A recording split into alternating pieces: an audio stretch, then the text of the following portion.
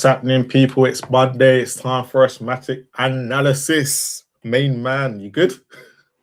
Yeah, man, I'm good, man. Chilling as always, bro. How you doing? All right now. All right, yeah. Bit of a last minute, last week not being here, as they say. But I'm back, and alive and kicking. Should we just bring out the guest, mate? Because we've got a few on tonight to digest what happened over the weekend and see where the blame lies. Is there blame? Let's do it, man. Let's always bring out our other main man first. Orin, if I can bring him on. You well? Yeah, I'm good. I thought I was going to be part of the three from the start. What's happened? No, I kicked you back off. Tomorrow, bro. Sorry, I heard you last week. Don't get it twisted. Right? I heard Flowers as well. Right. James Flower, like, I won't leave you back. That was it. He's banned from the channel for a while. Hey, that was the whole panel. The whole panel was want to leave you back. I was like, whoa. Yeah, Elijah, he's done. You needed you last, you know. I'm only here for Alex because he weren't on the panel yet. Right, okay. Yeah. Interesting. Let's get everyone on the show here. Let's get started. Let's bring out Reese. If I can get him on. He's acting slow. Reese, you well? I'm good, man. Of course, you know how it is. Well, I'm trying to be in the circumstances and that what we're going through. But yeah, man, I'm good, man. Thank you for having me on the show again, becoming part of the furniture slowly. Yeah. Hey, you would have thought someone passed away or something. The way people are coming on is crazy. My condolences. Mate, if we're not too close, we're going to be talking about we could be passing away as a club. Bro, getting dug into the grave right now. Mate, I'm looking at us going, mate, I'm going to miss Disney FC next season if I'm not careful. Crazy. Next guest hasn't been on the channel for a while, but it's always a pleasure. And we always call her the queen of Spurs Kings TV. Big up Mia. You well? Yeah, I'm well. Apart from Tottenham, innit? Like, I watch other teams now to actually get enjoyment out of football. Like, I don't actually watch Spurs. I watch Spurs because it feels like you have to, innit? It's like you have to because you support them, not because you want to get joy out of actually watching them. Long gone are those days, man. Long gone are those days. It's been fun. It's been consistent. That's what we've all wanted, hasn't it? Yeah, consistently bad. Exactly. It's not consistent. We want consistency, and we're getting it. Yeah, no, definitely getting it. I mean, Spurs have been consistent for the last 3 years. Next guest, let's bring out. Now we've got two debuts coming to the show, but first of all, big welcome to Benji from the Hotspur Hood. Why is this thing going slow? Benji, well? Hello, boys. How you doing? Thanks for having me on. Yeah, it is my debut today, so I'll try and perform better than Tottenham Hotspurs, but I've got a feeling that won't be too difficult, will it? How are we all doing? You good? The standards are low, Benji boy, so you're all right. Oh, it's hard being a Spurs fan, isn't it? Started watching Pokemon again. Oh, it's crazy. And our last debutant. Oh, why is this thing not working? Come on. There we go. Joseph, you well? Oh, he's gone. It's a Spurs channel. Am I in? Am I in? Oh. So Spursy. Yeah, I want to disappear. I want to disappear like Spurs do from the Premier League at this rate. Yeah, thanks for having me on, everyone. Like, really, always enjoyed watching the channel debutant. So yeah, really looking forward to it. And I mean, I wish it could be under better circumstances. Unfortunately, Tottenham are just an absolute mess at the moment. So, but excited to get into it and talk about it all. So Ash, let's start with United. United. Hey, listen, I'm going to just put it out there. Everyone's take different. Everyone's opinion is different, and I respect it. But that first 30 minutes, people, I've been watching on the YouTube community. Like, I've been watching. And people are saying the 30 minutes before Romero got sent off, we were in it. Yeah, and people were talking like we was going to win. Brother, I don't. We looked like we was going to score a goal. Let me ask that question because it depends how you break down, as in what do you deem as in the game? Because I look at chances, like how many chances do you have on goal? What chances do you create? Do you test the keeper? Are you asking questions? Now, if you're that type of fan and you say like, okay, we're in there attacking third, what do they call it? Attacking territory or Field tilt. Field tilt. Field tilt. That's Field awesome, tilt for the right? American fans, yeah. Or your American fans, yeah, right then, right. So if you count that as playing well, because there was moments where we had possession, I'll be real, and we were trying to cross balls into the box as we do, and they blocked a few shots. So if that counts as us playing well, then I can understand it. I get it. But if I'm comparing that to what United were doing before Romero got sent off, they were having shots on target. They were having shots on our goal. And so for me, that first 30 minutes with Romero, I was like, I don't know if we really, were onto stuff. It'd be different if we were testing the keeper or having shots in their goal and we were creating chances and we were on top. Then I'll be like, yeah, you know what? That whole Romero thing, he kind of let man down still, which he did. I'm not here to kind of defend Romero, but I just saw a lot of people saying, well, I thought we played well against United. And I think, if he carried on. Quick question on that. After Bruno Fernandes hits it wide, yeah? Yeah. You're saying there's lots of shots on target, but were you looking at the game going at the time that these are threatening shots? Because after Bruno went wide, all the shots on target just seemed to be hit Vicario. So the shot I saw was Casemiro. So there was a shot that miscued by Bruno, came back out. There's a little passage of play, and then went to Casemiro. He's hit it top bins. Boom! Vicario's done the same. Bang! Do you understand? So I'm like, all right, cool. That's a shot that, I don't know. It depends what Thomas Frank says. Thomas Frank will call that a low XG chance because it's from far and he hasn't got a good chance of scoring a goal. But I just said, right, he's still asking the question. Like if Gallagher had that shot or if Xavi Simons had that shot, I think we would be like saying, oh, that was a chance on goal we had. You see what I'm saying? Then there was another chance where Casemiro kind of hits it first time. I think Dallow's running through the pitch unchallenged and he's run straight. He passes it. And then Cunha hits it first time and it curls just outside of the top corner. So there's that chance. Even the first 40 seconds, Mbumo blazes it over. The first 5 minutes, it was all United. Yeah, I'm saying there was that chance. So I'm looking at that and I'm thinking, all right, when's our turn? Do you get it? That's what I mean.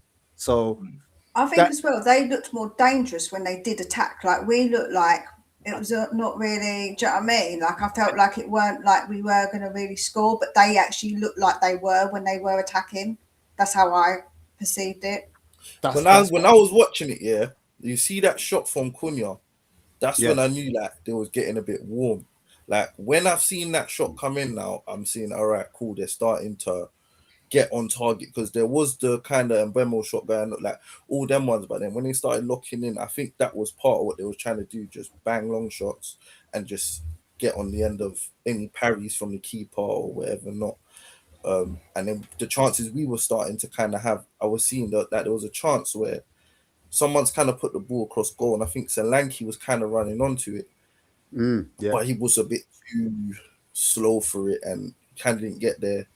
I can't quite remember if that was before or after Romero. I'm sure it was before. And that was the only kind of chance that sticks out in my head. That's not even a chance where people say it could have been a pen between him and Martinez. That's not even that chance. This is just a separate chance. But that's kind of the only really thing. Doggy fires it across the box and then he's a bit late to the ball. But there was another chance, I think, that Gallagher had. There was a ball over the top.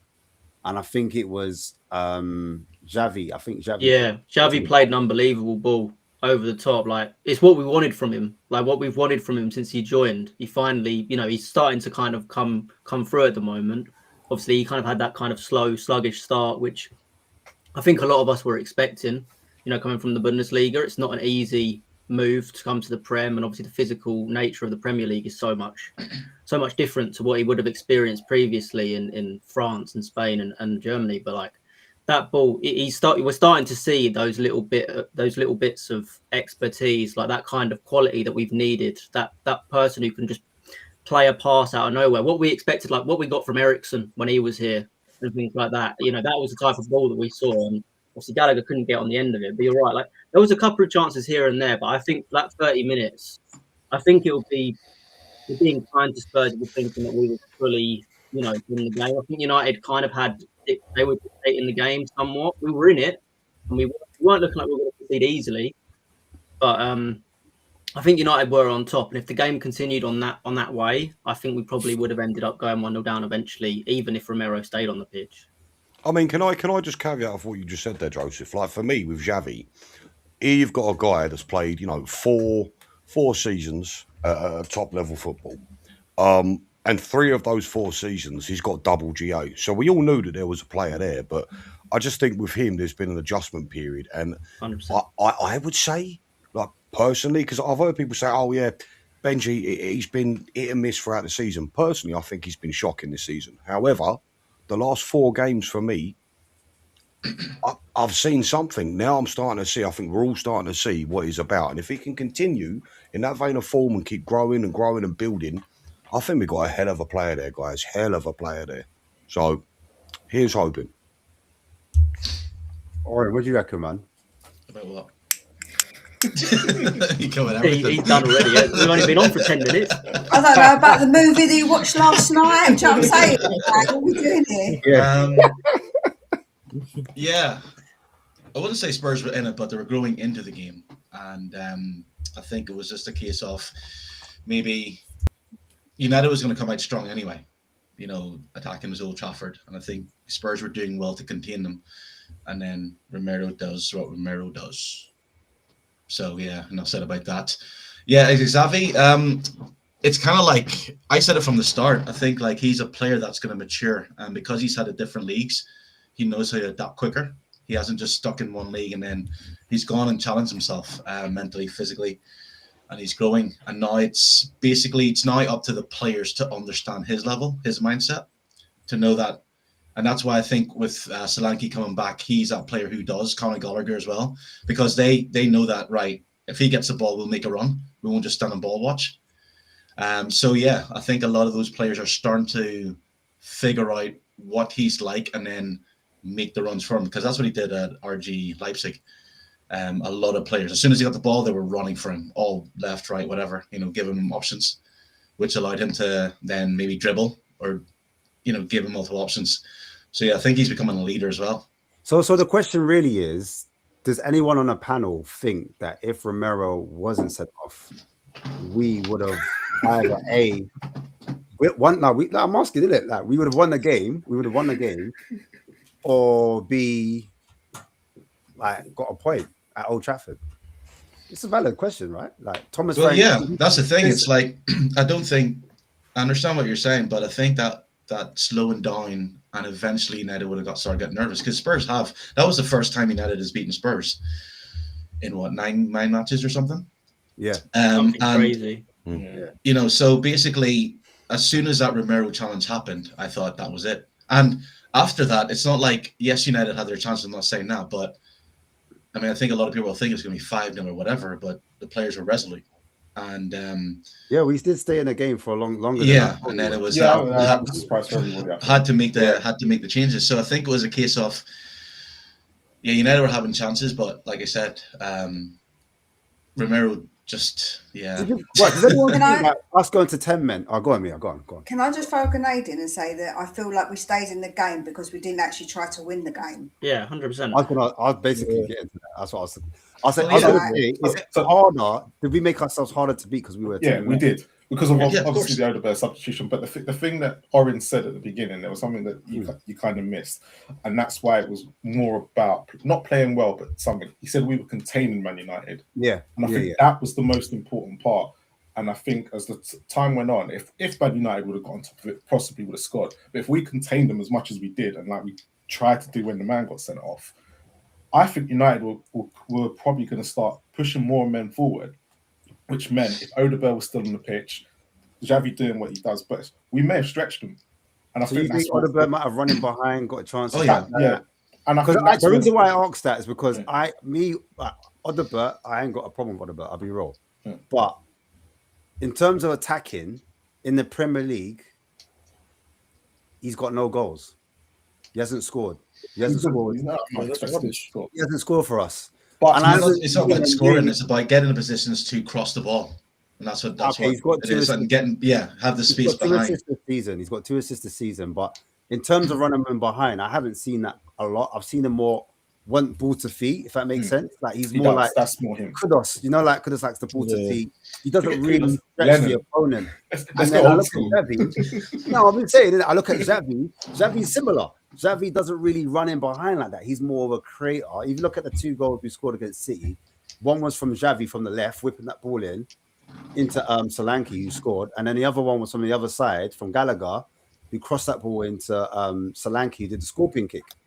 So I'm just thinking, if that game did carry on, how would we have stretched them? Am I making sense?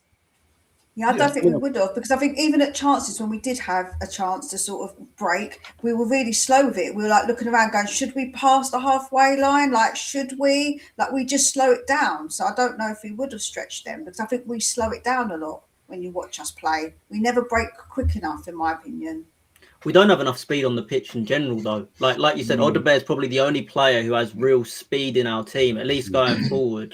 So when we wanted to counter attack, you're taking off the only player who really is there for a counter attack in Odebear. The other players aren't really quick enough to truly make like a darting run that we needed to try and get him behind and things like that. I thought he made a mistake when he took off Odebear. I understand, you want to contain the game, but I thought drop Paulinho into defence like he's been doing, for the last couple of games. Like he's been playing that free. Just put Paulinho back there, have Conor Gallagher and Sarr as like a double pivot, and keep Odebear on, because you need that counter attack. Otherwise, we have no chance of scoring. So, and let's be honest, did we create any kind of chance throughout the rest of the game at all? The problem you've got with that, you have to go back to what happened against City last week. And if he goes and leaves Sarr and Gallagher in the middle, if he does move Paulinho back, I think we are screwed. We are completely screwed in that middle of the park, because they had Casemiro, Fernandes, and they're ball-playing midfielders, and mainly as well, and we would have just been outdone like Rodri and was it Silva in the middle, and that's why we struggled so much. So I understood the Odebear substitution, and it basically then led on to what everyone's been saying, is that we went for a defensive mind and then stayed in the game, because if we hadn't taken off Odebear, Xavi and Odebear wouldn't have helped Sarr and Gallagher. You can't, the way that both of them play, you would have never been able to leave both of them at Old Trafford at this present moment in the middle of the park. So what Frank kind of had to do was kind of go, fuck it, I can't lose. And that's literally why we stayed in the game for as long as we did. Yeah, well, unfortunately, we've seen that. We've seen that from Frank all season. Unfortunately, his whole ideology and philosophy is let's not lose. And I'm kind of sick of it. Like I'm sure everyone remembers that game at home against Chelsea where Ange just went for it, and we obviously ended up losing. As much as no one wants to lose to Chelsea, everyone was very proud of that performance, because that was to dare is to do. That was Tottenham, and Thomas Frank isn't to dare is to do Tottenham. Like he doesn't share the philosophies of Spurs. I get obviously there's mitigating circumstances, and you look at the position we're in right now in the table, like we need to pick up points. But the thing is, we conceded 5 minutes after that Romero red card, or not that long after, and the game was done at that point because of the changes he'd already made. We had no chance of getting back into the game, in my opinion anyway. I didn't feel like we had any chance. Although we contained them to 1 goal, it didn't feel like we were ever going to get a goal. Do you know what, right? I don't want to sound like I'm trying to stick up for Frank, because believe me, as far as I'm concerned, I'm done with that guy. But I'll say this, I feel bad for him in the respect to, it feels like he's damned if he does, damned if he doesn't. Yeah. Like, I heard a lot of hate regarding the whole Odebear being taken off thing. For me, who else are you going to, what's the alternative? Because if you ask me, on that pitch, the weakest player on that pitch, despite the fact he's picked up a bit of form, he's done all right, he's the weakest player. So, I mean, what else are you supposed to do? Like, just a question to the panel. What would you guys have done? Who would you have taken off out of curiosity? I don't think you need to take anybody off. I think you could just change formation. I think you could have put Paulinho and changed formation, man. And you could have easily played 3 in the middle and then 2. Like, there is a way of doing it. Like, I mean, he didn't have to change. He could have let Odebear stay on the wing, and then if we're going to play on the break, like we just said, he's the perfect person. So I didn't think there was actually any need. He should have just changed maybe formation instead of changing players and seeing how that went. But Mia, and then maybe changed it. But in a team in form, do you not think you've got to go for solidity over a chance to? I know this is going to sound nuts, because because otherwise you're just playing not to lose. If you're going to listen, right, I would rather lose trying than lose trying to just piss our pants because we're so scared of trying to win a bloody game of football, man. And if we would have done that more often this season, we might have won games instead of losing them or drawing them, instead of worrying about the other team and trying to just not lose games. Angie did that though. Angie didn't give a damn about the other team. He just went gung-ho and attacked.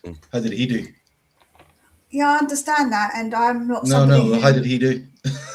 I know, I get that. Because Angie dared to do, and I remember Angie at this time this season was getting slated by Spurs fans and actually insulting him and calling him fat because he dared to do, and he wouldn't change his tactics. And every single Spurs fans who went against it, pundits were going against it. He can't be playing gung-ho every match. Like Frank, I think the difference is, yeah, but you don't have to be gung-ho every match though. That's what it is. That's a point. I was not saying that you have to do gung-ho. What I'm saying is, if Angie dare to do without yes, but that's what I'm trying to say. If Angie, say this was Angie in charge, he would have still went for it, and Spurs would have lost 4-0 or something, got hammered. But we would have been, you know what? It doesn't matter because at least he went for it. Scored, yeah, but we might have scored, and it might have been 2-2 at one point, and then it might end up 4-2 because at least you've but a loss is a loss. But the fact is, yeah, but if you're not trying to win a game, what is the point of football if you're not trying to win games of football? I was somebody who's never going to, I never slated Ange for that, FYI. I wasn't somebody who was a hater on Ange, FYI. So I wasn't one of those people. So I'm speaking from a place of, I actually want us to go and try and win bloody games of football because I am fed up, sick to the teeth of watching it, trying to just not lose games of football. Do you know what's ironic and kind of amusing? We've gone from one extreme to another. You've got a manager. Hold on, you're going to love this. You've got a manager that says to his players, do not come back past the halfway line. And another manager says, don't go past the halfway line. It's it's amusingly ironic. We've gone one to the other. It's insane. Absolutely insane. Listen, I think we can have a balance though, innit? I don't think we need to be either or. We can have a balance of in between. But that game that we just played against Man United, he changed it so we didn't lose the game. We end up scoring literally a couple of minutes after because we weren't switched on from a corner, and that was it, innit? Game done because we didn't. Do you not think it's damage control? Because statistically, numbers don't lie, and 10 versus 11. I mean, for me, I thought his tactics were bang on. I think he made us as stable as he could. And I think his idea was try and nick a goal back, get a counter-attack going, but it never came. But I mean, I get what you're saying, Mia. I do, because you're like myself. You like exciting attacking football and you want a manager that's going to be brave. But at the same time, I don't think you can afford to throw caution to the wind because say he did that and got slaughtered, given the current circumstances with the fan base, could you imagine what would kick off if we got done 4 or 5-0? It wouldn't be good. But that's why you're right, though, because he's damned if he does, damned if he doesn't. Because no matter what he does, and I think Frank's in a tough spot. He's just in a tough spot. The real conversation. I'm not defending the guy. I'm not. But it's the real conversation. It's like Romero. Defending him. That's the real conversation. No, but I understand where everyone's coming from. Don't get me wrong. I completely understand. But I feel sometimes, if you're at a point in a game where you're a bit okay, we're going to try and break, taking off your player that actually is the quickest one to do that was just not a very sensible idea. And then we had nothing to offer them. But then it's like what Ash said here. It's like Odegaard's not even a break player anyway. So this break that we keep talking about. Yeah, none of our attackers are. I don't remember one even when everyone was on the pitch. I don't remember no kind of. And I know what you're saying. If we change tactics, then we can play towards that. But I don't think Odegaard's that kind of. He's not playing cool. What's he gonna do if he gets in behind? He don't score goals. So he's not, to me, he's not even a threat anyway. I get what you're saying. It's attacking intent. It shows some kind of attacking, but at the same time, it's I'm not saying it I know the answer. I actually don't know what we should have done, really and truly, whether we should have just defended or whether we should have attacked. I'll be honest, because like I say, I think either way, we was losing that game. No matter what we tried to do, if we tried to attack, our attack's weak. So we still would have lost the game because we would have been open at the back. We tried to defend, our defense is not good enough. We're a man down, so they're going to eventually penetrate us because they've got a good attack. So either way, no matter what we would have done, I still think we would have lost that game. So I don't think it's. I just think it's one of them things with the squad and what we've got available. This is what it is. This is just purely. Yeah. What if Frank thought, right, no matter what I do, like you're saying there, but understands that Romero's going to be banned for 4 games. Donzo's still injured. So what was it? Just a case of let's put Ruddy Dragusin next to Van de Ven so they can at least get game time because they will be playing the next 4 games together. What was that? Like that was the thinking because Ruddy Dragusin hasn't had a lot of minutes. And this was going to be the first time. So maybe that was Frank's hindsight. It's like, right, yes, I could have done this, but put Ruddy Dragusin on. The next 4 games, that's going to be the central defense pairing. So maybe it could have been looking forward. Possible. You know what I mean? Like, and then Destiny Udogie getting injured. So no Sousa's going to have to come on, and play. Let's not forget you had Gray at right back as well. So basically, I can understand when Odegaard, because Odegaard's not very good at tracking back. So his thought was, right, put a defender next to Gray who can guide him. Palhinha could have gone back, but I don't think, Palhinha's rugged. He's more in the central midfield, and him and Gallagher was the one who was breaking things up as best as they could, and Sarr was providing that energy with Xavi and Solanke. But at the same time, I think it was like, just listening to all conversations there, and I thought, what if that was maybe the plan? Because that's the next 4 games. He's gone for 4 games now. But let's talk about Romero. I mean, is that what you came for? Yeah, I mean, you got a last show. You were bigging up Romero. No, I said he stepped up, but that's the thing. As soon as I always say he steps up, he goes and does something like this, and it's don't talk about him then. Just you know what I mean? No, but you have to, because he's the captain. He's the one who all the fans thought, or majority of the fans think was great because he slated the board, and then he goes and does that. And he's gone for 4 games. But his disciplinary issue, I've said from the start, he shouldn't be captain, and he's a liability. Yes, he has stepped up, but I think every Spurs fan deep down know that when he makes a crunching tackle, you're like, ugh. Yeah, every time. Every time. Every time. And basically to then slag the board off and say he had to, and then do that and miss all. It's not just like 4 games where it's against teams that Spurs, maybe could get away with not having him. They need the leader, and he's gone. But yet, it's kind of like, his aggression. And he's one. He doesn't like Brazilians. Well. I don't know how him and Richarlison get on, because every player he's probably got sent off against has been him just charging into a Brazilian. So does anyone think that there's an agenda against Romero? Like, definitely, 100%. But that's why my thing earned. is he needs to lock in and think about what he's doing, because he knows that no matter what he does, anytime he even goes near a player, he's under like double the scrutiny, like double the security, like anything that's going on, he's getting a punishment no matter what. So he does that's why he has to lock in and think to himself, all right, cool. I know that if I do certain things, it's different for me. It's not the same as everybody else because of my past. Do you get what I'm trying to say? So like a black man in a shop, innit? You know what I'm saying? You have to adapt and go with it, and that's where I think he goes wrong. It's not really his passion. It's just that. Really? Was that that's what I think. Yeah. I shall play the black card there. Whoa! You ever gone into the shop and the security ain't looked at you and you're like, what's going on here? Like, I'm normal. Yeah, and you've got little old me in the corner stealing all the chocolate bars, isn't it? No, I'm looking at me. Ash, of course they're going to look at you. If you're walking into an all-women's clothing shop, of course they're going to look at you wondering what is that doing here? In the underwear section, in it as well. The underwear section. Wait. I'm thinking about Sainsbury's picking up a Sainsbury's bag. Have you paid for that? The hell? Of course I paid for my Sainsbury's bag. I know me. But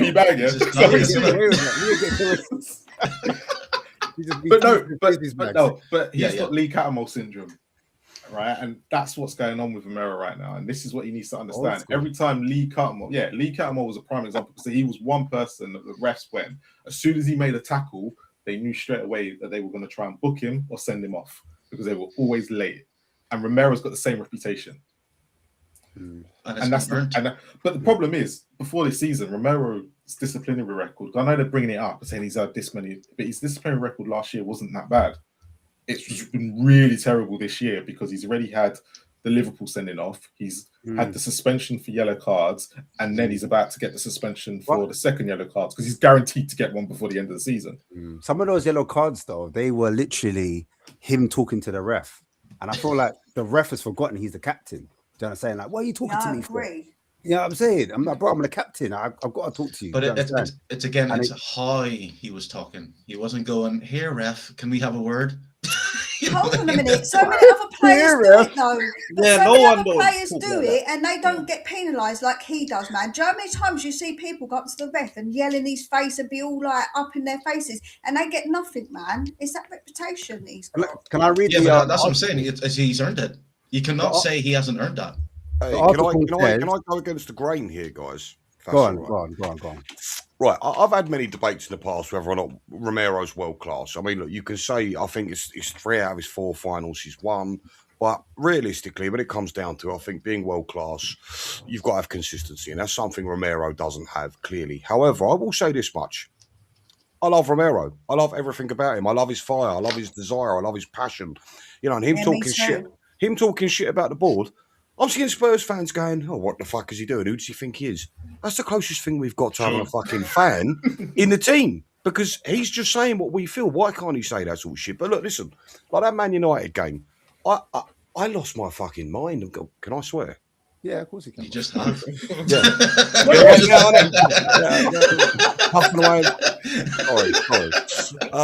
First time here, debut, red card already. Fucking leave.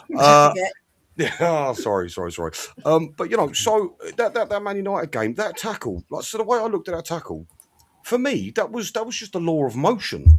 Like, I understand if studs touch the leg, it's red card, and that's why nobody argued. Fine. Is it a ridiculous rule? A little bit. If you lead with your studs, fine. See you later, adios. But in that tackle, he never led with his studs. He swiped for the ball because the guy had 2 players behind him, chasing him, and a guy in front of him. He just went for the ball. So for me, at least, I don't feel like it was a rash decision. Yet, fair enough, the rules are the rules, but there was no malice in there. I don't think he set out to make a bad decision. Yeah, but Joe, it is, Benji, it's because he lost control, because he lunged. He miscontrolled the ball and lunged for it. That's why. I see this, by the way. This is insane. No, I hear that, but it's determination. It's wanting to get to the ball. I just, do you know what, right? Had he left that and they took the ball back and they went through on goal, we'd have all been sitting there going, well, why didn't he go for the ball? Like, I just feel like it's double standard sometimes. If Maguire had did that to Solanke or Xavi. I'm just saying, when you watch it in slow motion, fine. But no, in real I time, understand. I'm understanding what you're saying. I'm not going against it. But if Maguire had done that to, say, Xavi or Conor Gallagher, I'd say the same thing. And when he gets sent off, but that's the thing. It's like there's a fine line into. We can understand that why it was a sending off, and the thing is, the biggest thing that I think that showed it was a sending off. Romero didn't complain, and I think he knew straight away what he had done, and it's. Do you not think that's based off the rules though? Because he knows my stud's touched. That's a red. Yeah, card. it is. I'm not going against that. It is the rules. And the thing is, though, it's kind of like the interpretation of the rules. And I do believe that there should be leeway, but at the same time, there isn't. It's very tight. Yeah. So and it's a weird call because I watch rugby league, and basically like rugby league have instant replays, but there's only they always go to the ref, your decision. Because we're like giving red cards or sin bins for high tackles. But then they changed the rules to say, right, we are up here watching this in slow motion. You make the final decision. You make the decision whether you think it was worthy of sending off or a sin bin. And I think that's what the refs, I think, should be given a little bit of leeway. Because I don't think the ref maybe would have given a red card. He would have understand the situation. Maybe yellow. It was Michael Oliver. He was always given a red. Yeah. Oren, please tell me the rugby league team you follow actually win games. Yeah, please tell me you. Wigan Warriors. Yeah, that's why I'm happy. He's like, yeah, I'm not picking the wrong one here. Yeah. Yeah. I personally think the style of player he is, in regards to what Benji's saying, he's a player for me. He wears his heart in the sleeves, all or nothing type of character. When he's going for the ball, he does follow through, but it's not with intent. But like Oren was saying, the rules are the rules. So if you do show with studs and you do follow through, that means, unfortunately, and that's the reason why he didn't complain, in my opinion. But it was going to be what everyone doesn't realize. If he didn't get a straight red, he was getting a second yellow because his challenge on Shaw before that, and if everyone fails to remember, was actually quite poor. and even Mbumo, do you remember the Mbumo challenge as well? He was a walking disaster as soon as that game started. To be fair, how does everyone feel about Romero in general? Like, you know, this whole thing, I back him in terms of what he's done on social media. Like, I love that. You know, he's kind of the only person. He feels like a bit of a cheerleader for Spurs fans, to be honest. Like, he's really kind of the mouthpiece for what we're all feeling, and he's obviously in a position of power. But then when his performances this season have not been good enough. Like, just in general, I don't think he's been a very good player for us. I think he's been inconsistent. I agree with that as well. I think he's been inconsistent in performances. I think he's been poor. Again, disciplinary. He hasn't been good this year, like you said. But it's also like, I mean, I was lucky enough to interview Tim Vickery a couple days ago. He's an expert in Brazilian, Argentinian football, and he was saying he thinks Romero has got his foot out the door. He's trying to get out of the club. He doesn't want to be here. He doesn't want to be here. And maybe he was promised some things at the start of the season. He hasn't been given. But this season, to me, like his on-pitch performances, I'm not gonna lie, like all the everything around it, like, and you can imagine how the club are probably reacting to all this stuff as well. They're probably just thinking, just get rid. Like, what's the point? What's the point of having a player who isn't that unbelievable for us? He hasn't been, at least this season, and a player that's also causing all these issues off the field for Spurs as well. Like, how do you guys feel? Do you think he'll be worth just letting him go, or would you rather him stay? I think if he goes, because I was thinking about this today, if he goes, I don't think he'll go this summer, but when he eventually, maybe he might go next summer, possibly this summer, because he's just signed a 4-year contract. I do think there's going to be a big release of air. I think I understand the cheerleading on the board and everything. I get that. But also, as a captain, you just want to be focused on the pitch. Like, Son Heung-min was a perfect example of a good captain.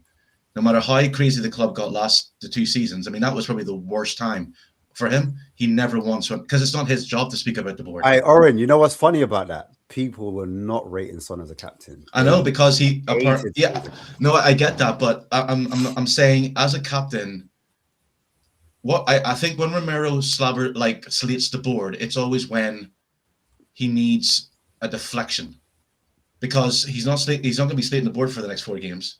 He hasn't come out and said he did it before the game. He did it before. No. What I'm saying is, like, it's always when Spurs lose or when he needs to, like, deflect, you know. But to then go and get sent off and get 4, it's like, right. So how are you really proving yourself? And I was like a couple of the guys said, he hasn't been consistent.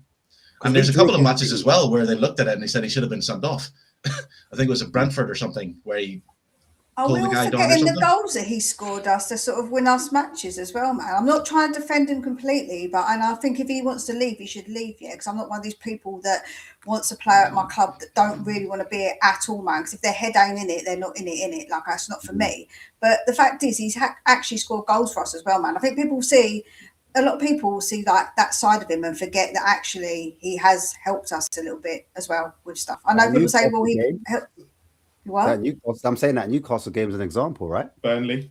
That's what I'm saying. Like, 'cause I think people forget, man, that people obviously. I know he concedes. I know that people are going to say, but he also is the reason why we concede goals. I don't think it's like always his fault consistently. Maybe occasionally he switches off, but I do think that he also scored goals as well. So the question I'd ask to everybody on this panel quickly on that regarding Romero is, you've all said he's been inconsistent. Okay, so which player in the team has actually been played better than Romero this year? It's not going to be many, because they've all been inconsistent.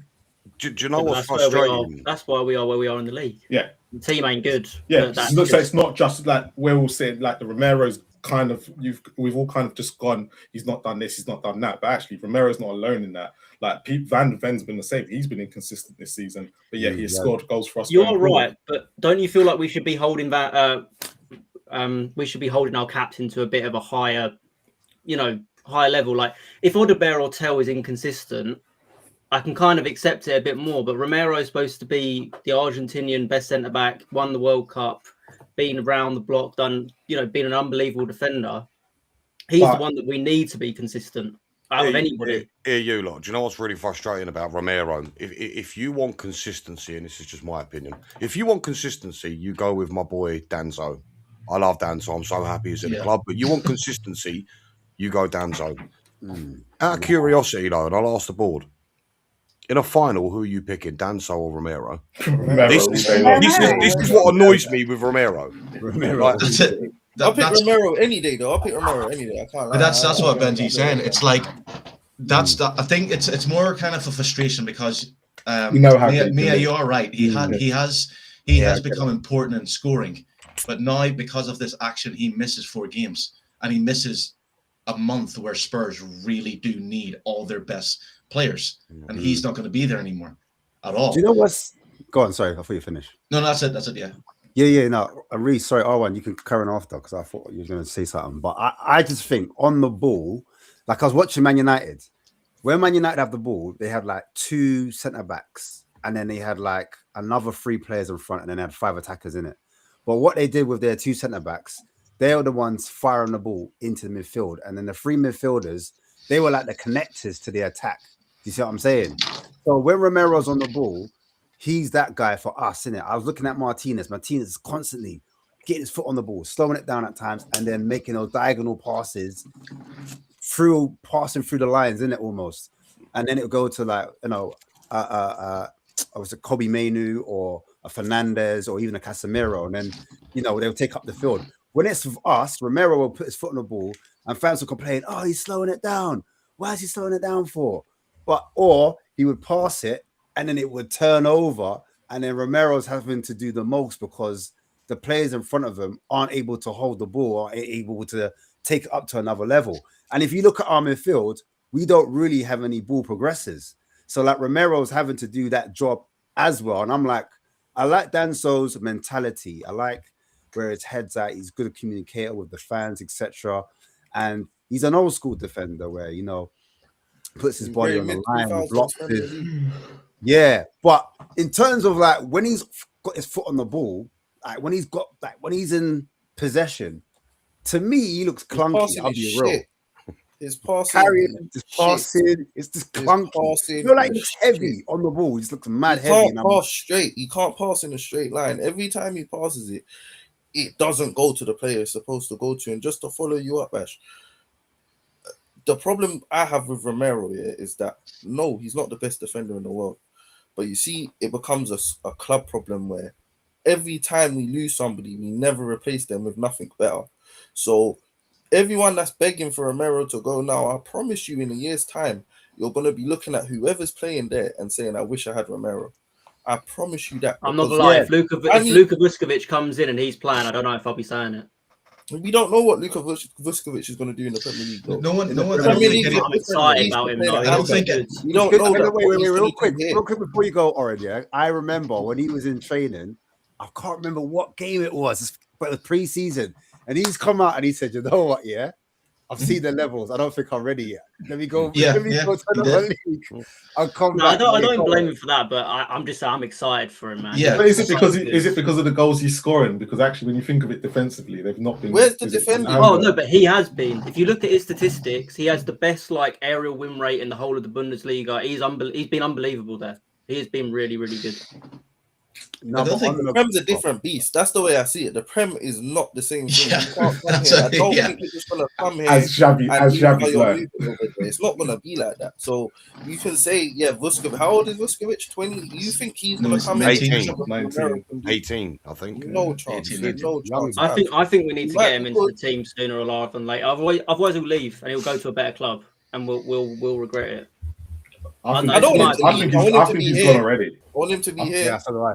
I agree. I think he's gone already. I think once Bayern Munich are sniffing, we're done. No. Hey, do you know what? No, it came out of Bayern Munich. They're not interested. 100%. They said we've got such and such. Yeah, they said. What was it? They said we've got such and such. We can't go and buy Go on, Mia, go on. Go on, Mia. Yeah, I think we're putting a lot of pressure on this young kid that we don't even know is going to be good in the Premier League, man. We're looking at him in another league and saying, yeah, he's ready, but like I don't know about if he's ready or not, man. Like I think that a lot of He'll people be all right. are We'll putting be a in the lot of Championship thing on anyway. him. He'll be our top goal scorer in the Championship. Yeah, we'll be in the Championship, so it's fine. I mean, but he ain't coming back for another year because he wants to play football with his brother, innit? And we promised him that he's going to do that. yeah. So I don't think we're going to call him anyhow. The other problem you've got to all of this is he plays on Van de Ven's side, not Romero's. Okay. He's very left-footed. So yeah, you can't. Just for replacing Romero, things not happening. It's just we've got Dragosteen or Danzo, whoever. Yeah, there's your problem. I don't think anyone wants Romero to go. I think we're saying that Romero himself wants to go. Yeah, I think Romero. Hold on. I'll be honest. I believe he does. Yeah. To be fair, honestly, I'd happily. I am okay with the idea of Romero leaving in the summer. As much as I agree with what you were saying, Ash, in terms of his ball playing ability, he is probably one of our best players in the team, let alone just in defence. But if we really want to build forward, and again, I know I'm asking for a lot, but Tottenham obviously need a rebuild in a lot of positions. I don't think we desperately need that in our defence in general. We need solid defenders, and obviously you need players who can pass. That's just normal for any team. You need that coming out from the back. But you're right, we need the players in front of him to be able to do that better. That's what we need. So if we go in the summer and go get a kind of progressive passer, I don't think you're going to be desperately needing that from Romero. You can go and get a defender. Trust the club to go and do that. No, of course not. This is the problem. Of course I don't. The club ain't going to do none of that. So it's all I just don't think. I don't know. I just doing none of this. So we might as well. No, that's fair enough. But and again, this is what we're here for. We're here to talk about what we want out from our club. Like I don't know. I can't. I don't think Romero is as unbelievable as we all think he is. All right, then. So then, if we did get rid of Romero tomorrow, and then we didn't buy no centre back, and then they said Danzo and Dragosteen, that's the centre back that on that side going forward for the next season. Are you cool with that? No, but if you sell a player, you got to sign someone. We wouldn't be able Tottenham. You do know that, yeah? This but that's the point. This is the problem we've all got. Like, I'm not disagreeing. I agree with that. Like, of course, we need to go and sign a player. If again, like, if a striker goes, you need to go and sign a striker. If a winger goes, we should, like, again, Johnson left. We should have signed a winger. I don't understand how we didn't sign one. But the fact is, if Romero was to go, we would have to go and sign a replacement. That is just how it works. Like, for me, that's exactly what we should do. That's a whole nother conversation about ENIC in general. Like, you know, we all I'm sure all of us are in the same boat on that. All right, then. So if the question is, would I replace Romero with a better defender? Then yeah, I would. Like if ENIC, wait. Reese. To be fair, with ENIC, they did try to sign Semenyo. We tried. Oh, no. Yeah, yeah. They slapped that. Yeah, and I tried to chat with Chris, but it didn't work. You know what I'm saying? So like, it's all right. They tried. I tried to pull Christina Aguilera, so I mean, you know. Hey, Benji. Joking aside, like, do you know what? This. That didn't work out for me like it didn't work out with Semenyo. It's not okay. Do you know what? To be fair to ENIC, I'm not even going to say that, but this ENIC, right? Go on, say it. For me, personally, they have got until the end of the summer to prove that what they've been telling us is correct, to prove to us that they are going to invest, they are going to start putting the football first, because this is the thing we've all seen over the last, how many years, 25 years? It's been business first and foremost at Tottenham Hotspurs. We had a football club, we're a business. But for me, this new look ENIC took over just after the transfer window shut in the summer. I understand January is a tough month. We all do. We all know it's hard to get people in. However, the fact that during that month we had 13, 14 fit first team players, something along them lines, and you're incapable of bringing in somebody more than two players. That is mind-blowing. But I will start blowing my top at the end of the summer. If it comes to the end of the summer and we've not gone in, we've not made this team better, we've not improved, we've not built upon, and not...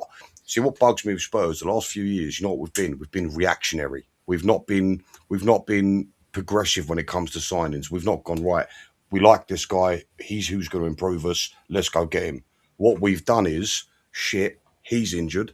Let's go and pick someone up in his position.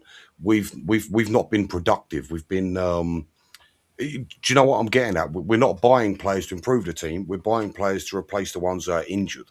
And this is something for me that's got to stop. We need to start buying. What's the action here? Because for me, yeah, I'm already at the point where, like, you said you're going to give it to the summer, yeah, but I'm even scared, like, between now and the summer. And I don't know if we've even discussed the realistic possibility of and the reality of the situation we're actually in right now. But we're even talking about when we get to the summer, and like I can't see that far right now. I'm gonna be honest with you. I can barely see past the next few games because I don't know what the summer's gonna be looking like, the way things are going right now. But if he was to say we get to the summer and Enoch move how we know that they move, what are we doing about that? Because that's where I'm at. I'm thinking, like, what actually is the action though? Because people are gonna be angry and, you know what I'm saying, do all the usual stuff, but what are we really doing though? How are we really gonna go about this? Because in my head, get them all together, go and take over. Do you not think that actually what Land said was a bit? Do you not think that what Land said was a bit concerning? He said that there were players, but we didn't want them because they weren't the right players. And also he said, well, we're going to go big in summer. Well, he said that about the January. So, like, Land is an absolute mug, so who cares? He what shouldn't I'm even trying be to at the say. club. So, but who employs that mug? Because obviously they employ him, trusting him to be the one that's going to deal with our transfers. Yeah, like, that's a bit of a concern, isn't it? Like, if this is what he comes out with. Hey, do you know what, Mia? Do you know what worries me more? And this is genuinely quite a big concern for myself, and I'm sure it is for you lot. What I'm concerned about the most, who are we attracting in the summer? Because the thing is, we ain't going to have Europe. Europe's done. That's long gone. We'd be lucky if we're still in this fucking Premier League by that point. But the caliber of players, do you know what I'm saying? Like, seriously, no, you're absolutely right. I was going to wait, but I've been saying this for a while. But this is the thing, like, the caliber of players that we all expect and we know that would, improve our team. Can we attract them at this moment in time? Is that a thing? So my counter to that would be, and this is not my personal opinion necessarily, but for the show to run, I've got to think on my head. So I'm like thinking maybe what we're doing is Poch has been mooted around the camp, innit? Poch. I don't know if you lot have seen the video about Poch track. No. What? Huh? Poch track. What do you mean Poch is attract? I'm saying what difference is that going to make in terms of managers? He's not Conte. No, I hear that. No, wait, let me land. I think it'll be a bit better than Frank, though. I think it'll be a little bit better. Right then, R1, right. So I'm saying Poch. And then I'm not necessarily saying we're going to buy Premier League proven players, because I think that might be a bit tight. That might be tough. Like, we're facing the big six. Poch ain't going to get players by himself. I think outside of Europe, you can sell to a player. For example, the player we were looking at, what's his face? Akalush. Monaco, Akalush, yeah. That's a player we could possibly get, or a player of his level, but from a different league or a different team. Someone from that level, innit? I think outside of Europe, we could possibly attract them and say, look, we're a London club, so you're going to have that London pool. Obviously, we've got the stadium, we've got the, training facilities. Poch has obviously played with he's managed PSG, he's managed Tottenham, he's managed Chelsea. Like, you know what I'm saying? So he'll be able to talk to the player and convince them. So in the Premier League, I think it'll be a bit harder, but I think outside of Europe, I think it can work. That's and also, even though I'm not for Poch, he did improve. When we originally got Poch, he didn't have all these world-class players. He brought them into being good players. So I feel like that's what maybe Enoch are going for, because they know he'll develop players. So the question is on that would be, okay, forget the top six, but what about Villa, Newcastle, and all them other clubs that are going to be chasing these players too? How are we going to compete against them? And they're going to likelihood. We've got Gallagher, bro. We got Gallagher. The biggest thing that will convince players to join is money. That's the biggest thing. Like, at the end of the day, if we're all being real, like, there's players going to Saudi because of the amount of money they're getting paid. If Tottenham were willing to break this wage structure that they forced themselves into and actually were willing to pay top money, which apparently they were with Semenyo, he still fits it, I know, but that was a bit of a different one. But like, if you're saying Akaluch, if you're saying to him, you're going to get paid 120k a week, 100k a week, I think he'd say, yeah, I'll go. But that's the thing. We're talking about a player coming in from the European League to then have to adjust to the Premiership and take time to adjust. And we've all seen what happens when foreign players don't adapt after 6 months. I mean, Ndombele had all the skills in the world. 60 million wasted. Lo Celso had all the skill in the world. Pochettino wanted Ndombele, but how many months did he get to work with him? Did he really get a full season with him? He was fired by the time. He was fired by because remember, wait. Remember with Dele Alli, Dele Alli's got a whole heap of problems. We're now knowing that he's got gambling problems on top of the problems that he's got. But with Dele Alli from MK Dons, he's managed to see the kid. He's understand his background. I don't know if a lot watched the High Performance podcast, but he talks about he likes to spend time with players, understand them, get to know them inside out, know what makes them tick. Every player is slightly different. Some players you need an hour, some players you need like a day with them. Do you understand? Well, like all managers, see like Ndombele, he's that kind of from like the street kids. So the next manager taking him on, he's not understanding his mentality, and he might not have an idea to where he would fit for his system or how he wants to play. So I'm just saying, that could be. I think an Ndombele is such a bad example because nothing could motivate that man apart from burgers. Like, I'm sorry, but nothing could motivate that guy. Don't matter who you are, how you chat to him. Was injury prone for me. Lo Celso was a really good player when he played. He just never got on the pitch. It's never fit. That's what. Do you know what? But for me, I think Ndombele is Tottenham Hotspur's single biggest waste of talent I've ever seen. I can remember an interview with Gareth Bale, and the interviewer said to Bale was like, "Look, who surprised you the most in training out of everyone you've ever played with?" And he turned around and he's like, Ndombele. The things that he could do. Rice said it as well. Rice said he was like one of the best players he's played against. 100%. But here's the problem. Genius. Spurs didn't do their due diligence. You know, I always hate saying that fucking word, due diligence. That's right? Cool. Right. Go on, Benji. Yeah. Well, there's no judgment for me. No, I don't think Spurs did their due diligence with Ndombele because everything I was hearing from he came from Leon. Yeah, everything I was hearing from them lot was they knew he had motivational issues. So, you know what I'm saying? If you've done your due diligence, surely you would have known this about the guy. And I think when you're coming into the Premier League, the last thing that you cannot have, the first thing you cannot have is poor motivation. So, you know, and the problem is at the time when we spent, what was he, 65 million? 65 million. Right, okay. We all knew, because he flopped, we knew deep down, Levy ain't spending that again. The problem was we had a chance to sign Paqueta before him, and we had a chance to also sign Bruno Guimaraes that also came from Lyon before them. And then we missed out on both of those, went for Ndombele, and then obviously the rest is history. Do you know what I'm saying? But there's been numerous amount of times when we needed to spend big on the right profile, but now we're using that one particular incident and we're letting it just kind of no, it's not just Ndombele. Like, you can even say to a certain extent, look at Kudus, like he started off really well, but now before he got injured. I'm just saying, like, if you bring in Spurs have an issue with homegrown players, and Poch, like, to look at Poch made sure, like, when Poch came into Spurs for the first time, he had like a couple of lots of foreign players. The first thing he did was he got rid of them and he brought in more English-based players. So Poch will want English-based players from the Premiership, because that's who he works with. And that's why at Chelsea, he made Conor Gallagher captain. But Poch coming back, but what you were saying there about Ash, about like how Poch was all sit with the guys, I think that's Poch's problem. He's too much of a friend. He doesn't know how to be a manager. Because when those players needed him to be a manager in the cup finals and the FA Cup, Poch didn't know what to do. He stood there with his arms folded. I mean, the Chelsea match was a prime example. Spurs were 2-1 up, or 2-0 up. And then it all escalated, and Poch just stood there unsure of what to do.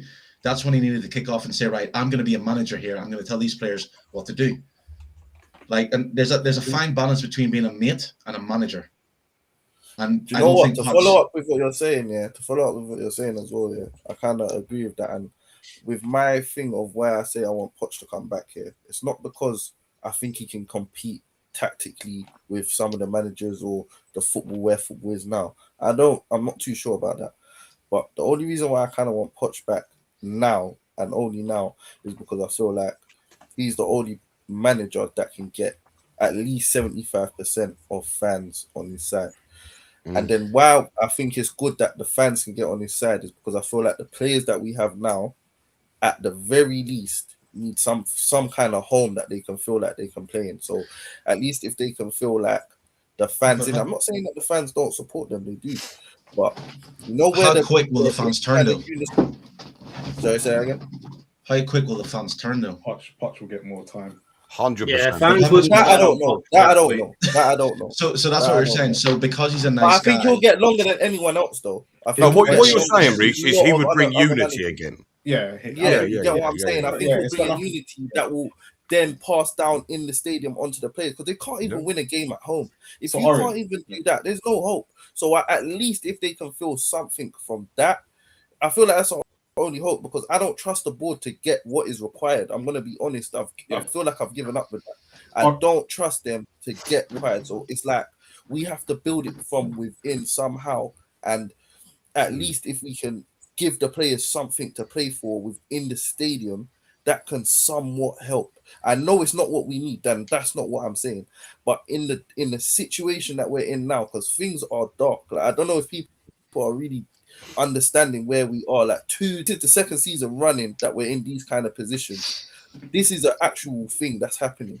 So I feel like at the very least, the players need somewhere where they can call home and play at home. No, regardless of the level they are, they're not that good. But at least if they can have that, then it will give something. Right now, I feel like everything's just broken. When they go out there, they're not playing for us. Like the players that are there, what are they actually playing for? Half of them are thinking of leaving. Half of them, you know what I'm saying? Romero's walking around as manager, captain, owner, everybody.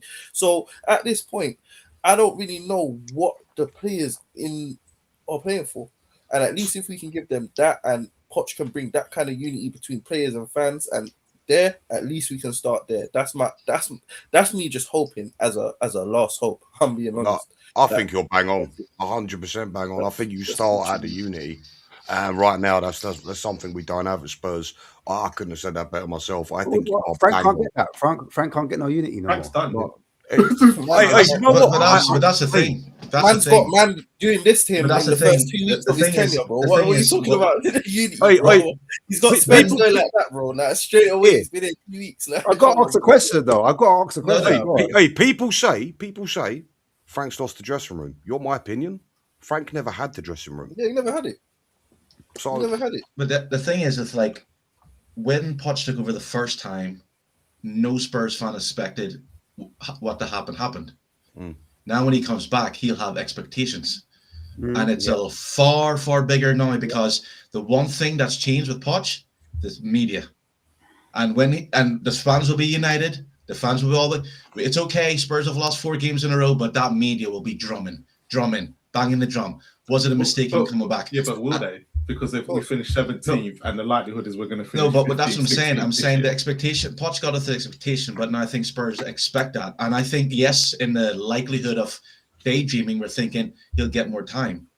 But no, he'll get more time with Spurs, man. Not the media. The reason why he's but that's what I'm saying, though. I'm saying like no one at that time wanted Poch to leave. The only person who wanted Poch to leave was Daniel Levy. But Poch had to leave because the players, like he didn't win anything. And the players, you can tell the players. But so no one.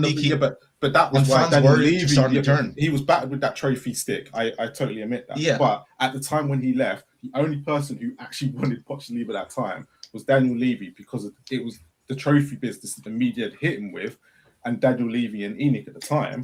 Let's not revise history. We hadn't won a home game, and we hadn't won a game for ages. But no one wanted him gone. Like, but it was starting. That's what I'm trying to say. It was eventually starting. Yeah, but nobody. If we're being honest and go back to that moment, no one actually. The breakup wasn't because Spurs fans fell out of love with Poch. It was the fact is, yes, we were adjusting to the new stadium. They hadn't backed him in the summer. We just come off a Champions League final. And it was just starting to turn. But the problem they hadn't backed him. They gave him 2 big players in Celso and Dembele that he wanted. I'm But sorry, they but weren't he the only- did. but I you didn't- know, I but didn't- The thing the is, problem you can't- started. The problem started from when we didn't sign no one in that transfer window. But there was a reason for that. We didn't sign anyone for 2 years. 2 years. There was a reason but for that, he though. chose that. But he got offered players, No, and he didn't want those players. agree. So that Hey, was hey, part do you of his really fault believe as that? well. Yeah, Mia, because it was Mia, there. do you believe Yeah, that? it's You true. honestly was- He he was was offered offered It there. was Hoddle. Was it who come out with it? One of the He was offered. So one of the Hoddle's players that he was offered was He come- Tielemans, and he said no. Yeah, man, he did get It's- offered but the players. fact that, like, but that's I what I'm think it trying was to like. Ty Valent said it recently. See, I get the whole thing that he wasn't back, but my problem with the whole that is like I understand, but Poch had arguably the best Spurs team in 2 years, and like for 2 years that we've ever seen. Prime Kane, all these players were great, fair enough, but he still didn't win anything. FA Cup, League Cup, But he doesn't have to win. Yeah, but at the moment, No, he doesn't but have what to I'm win trying to say something is this that time. Last if- time if he he- did. No, if he couldn't win anything, and then he was slowly dipping, because you have to remember, like when Spurs finished in the 4th place that season and got the Champions League, they finished really poorly. And I always said, as a Spurs fan, I was happy because I was thinking, as soon as Man City, as soon as Liverpool, and as soon as even Arsenal go through that transition, now we'll see Spurs where they truly are. And we have to also remember as well that a lot of that money was gone towards Son getting a new contract, because the biggest fear was that the vultures would come in. Kyle Walker was the only player that left, but they managed to replace him with Trippier, and then they managed to keep Kane, Song, Dele, Eriksson. So Poch always wanted to keep the core players. And what was rumored was that, I think it was, I always remember he's talking about, what was it, ex-Chelsea player, Moura, or the striker? Spurs went for him. He called Poch up and he says, "Why do you want me? You've got Harry Kane. I'm not going to come and sit on the bench while he plays." Because, and we all see this in the Champions League final, Harry Kane should not have started that game. But Poch was so reliant on, no, I will keep my boys together. So I think a lot of players, no matter what they brought in, Poch would take ages to even put them into the squad, because he was so fixed on, these are my boys. Any outsiders, no. So I think, I just don't think Poch is a good enough manager to even, like, what are we going for? Like, where do you think if Poch keep going? Sorry, go on. No, Ori, can I just jump in? Right? Yeah. Say this, right? Look, I understand what you're saying, and you do make a point. However, I mean, look, I can't argue with the fact that we haven't, he didn't win anything for us. Fine. But look at Mikel Arteta. He's been at Arsenal for, what, 6 years now? He won one trophy at the very beginning. They haven't won anything fucking since, right? But sorry, it is still one more than what Poch won. That's fine, but So that's what I'm saying. look at them right now, okay? They're sitting pretty on top of the Premier League, and they're sitting pretty on top of the Champions League. What I'm trying to get across is, with Pochettino, like, if you are in and amongst it, you are more likely to win something. And the difference between Poch and Arteta, because Arteta is pretty much Arsenal's Pochettino, the difference between the two is they're in and amongst it, but he's been backed correctly. Players have been brought in that are on crazy wages and have made a difference. Look at Declan Rice, 100 million. What's that guy on? 350 a week, something crazy like that. When you do that, I mean, what I'm trying to say is, it all has to come together. It's all got to coincide in order to start winning stuff. And I think But again, Benji, we're cherry picking. He's the one who said that cups build egos. So he didn't take cups seriously. He wanted to go for Champions League and Premier League only. He didn't take cups seriously. He told us that cups build egos. He's just recently said that that the Europa League was all right, but we should be going for Champions League and Premier Leagues. Like, the fact is yeah, but Mia, look at that standard though. Yeah, but hold on a minute. Mourinho won cups. So did Pep. Are they good enough for Pep and Mourinho, but they're not good enough for Pochettino? What are we chatting about, man? No, I understand that, but look at the difference in where he's wanting us to be. Like, right now, but this is after the fact.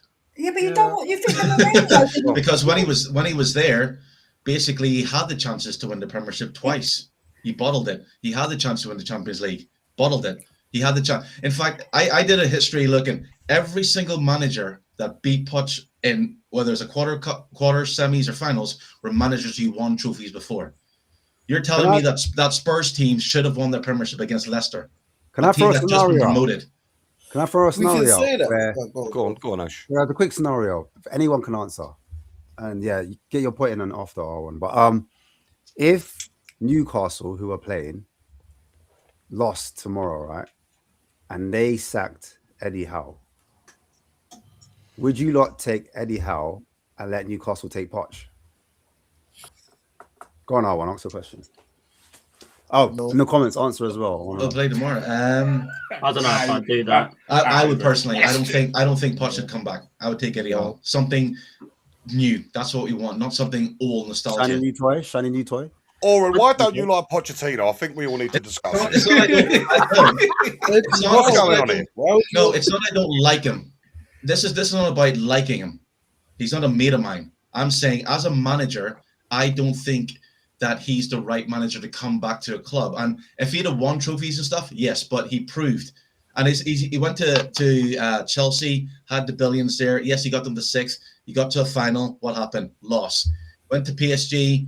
Because we want, like the Spurs, what the Spurs fans want. The Spurs want a manager comes in that they can all go, we remember who you are. Yeah, we're friends. It doesn't matter.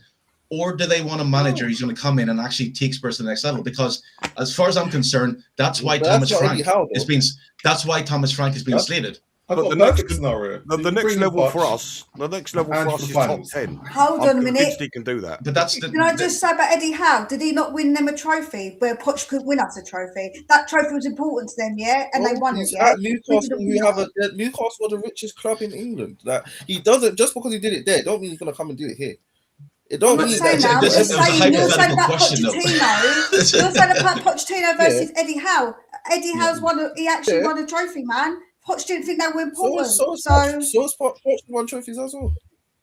The way I see it, like did he? The thing is, I don't think anyone's saying that Pochettino is the perfect manager. I don't think anyone's saying Pochettino is the perfect manager. He's not. Like, we all can understand some of the mistakes he made, but the stadium and the atmosphere is hollow. It's toxic. We need just something to make, like, to get things going again. Even if Pochettino isn't the guy to take us forward all the way to where we want to be. Yeah. Would it not be good to have that kind of thing to just bring everyone back together and to maybe get us feeling some kind of way again? Maybe it wouldn't work, but I don't think a new manager coming in is just going to make that magically happen, because we've seen it since then. It hasn't happened. Thomas Frank. And exactly like you said, Oren. Sorry, bro. Carry on. Sorry. I didn't mean to interrupt. Well, no, it's just like, we're in a really bad spot right now. And again, like I said, I genuinely think like you were saying, Reese, like the connection between the fans and the players and that stadium right now is awful. We've always known, like, White Hart Lane, like Tottenham, we had a fortress at one point under Poch, by the way. We had a fortress, and we had a fan base that was truly connected to its club. And right now, it is as broken as I've ever seen it, at least in my lifetime. Now, like, I just think Pochettino would make sense. I'm not saying it's perfect. There's definitely things that aren't perfect with it, but I don't think anyone else is going to come in and be any better in this situation right now. Because I think we can all admit our playing isn't good enough. The owners are an issue. There's so many other issues at Tottenham right now, as well as the manager. Who's going to come in and just fix all of this immediately? Like, it's just not going to happen. But that's the thing. Maybe it's not everyone else. Maybe it's us fans. Yeah, maybe it is. It's like, we're the only constant. That's the thing. It's like, even on the Poch, we were saying that the board is a mess, that he wasn't getting back, that he wasn't getting this, that he wasn't getting this.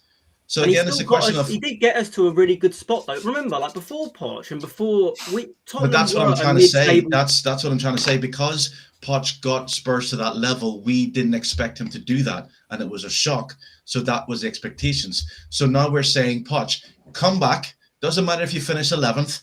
We just want to feel good about ourselves. No. Spurs fans will say, you're going to come back. You got us the Champions League. We want you to finish it. And Enoch will probably go, here's your players. Here's the money, possibly, put all their eggs. So if Poch why would we want Poch to come back and finish 11th when we're sleeping? Because right now that would be the next stage. No. Exactly. That's. I don't think that's.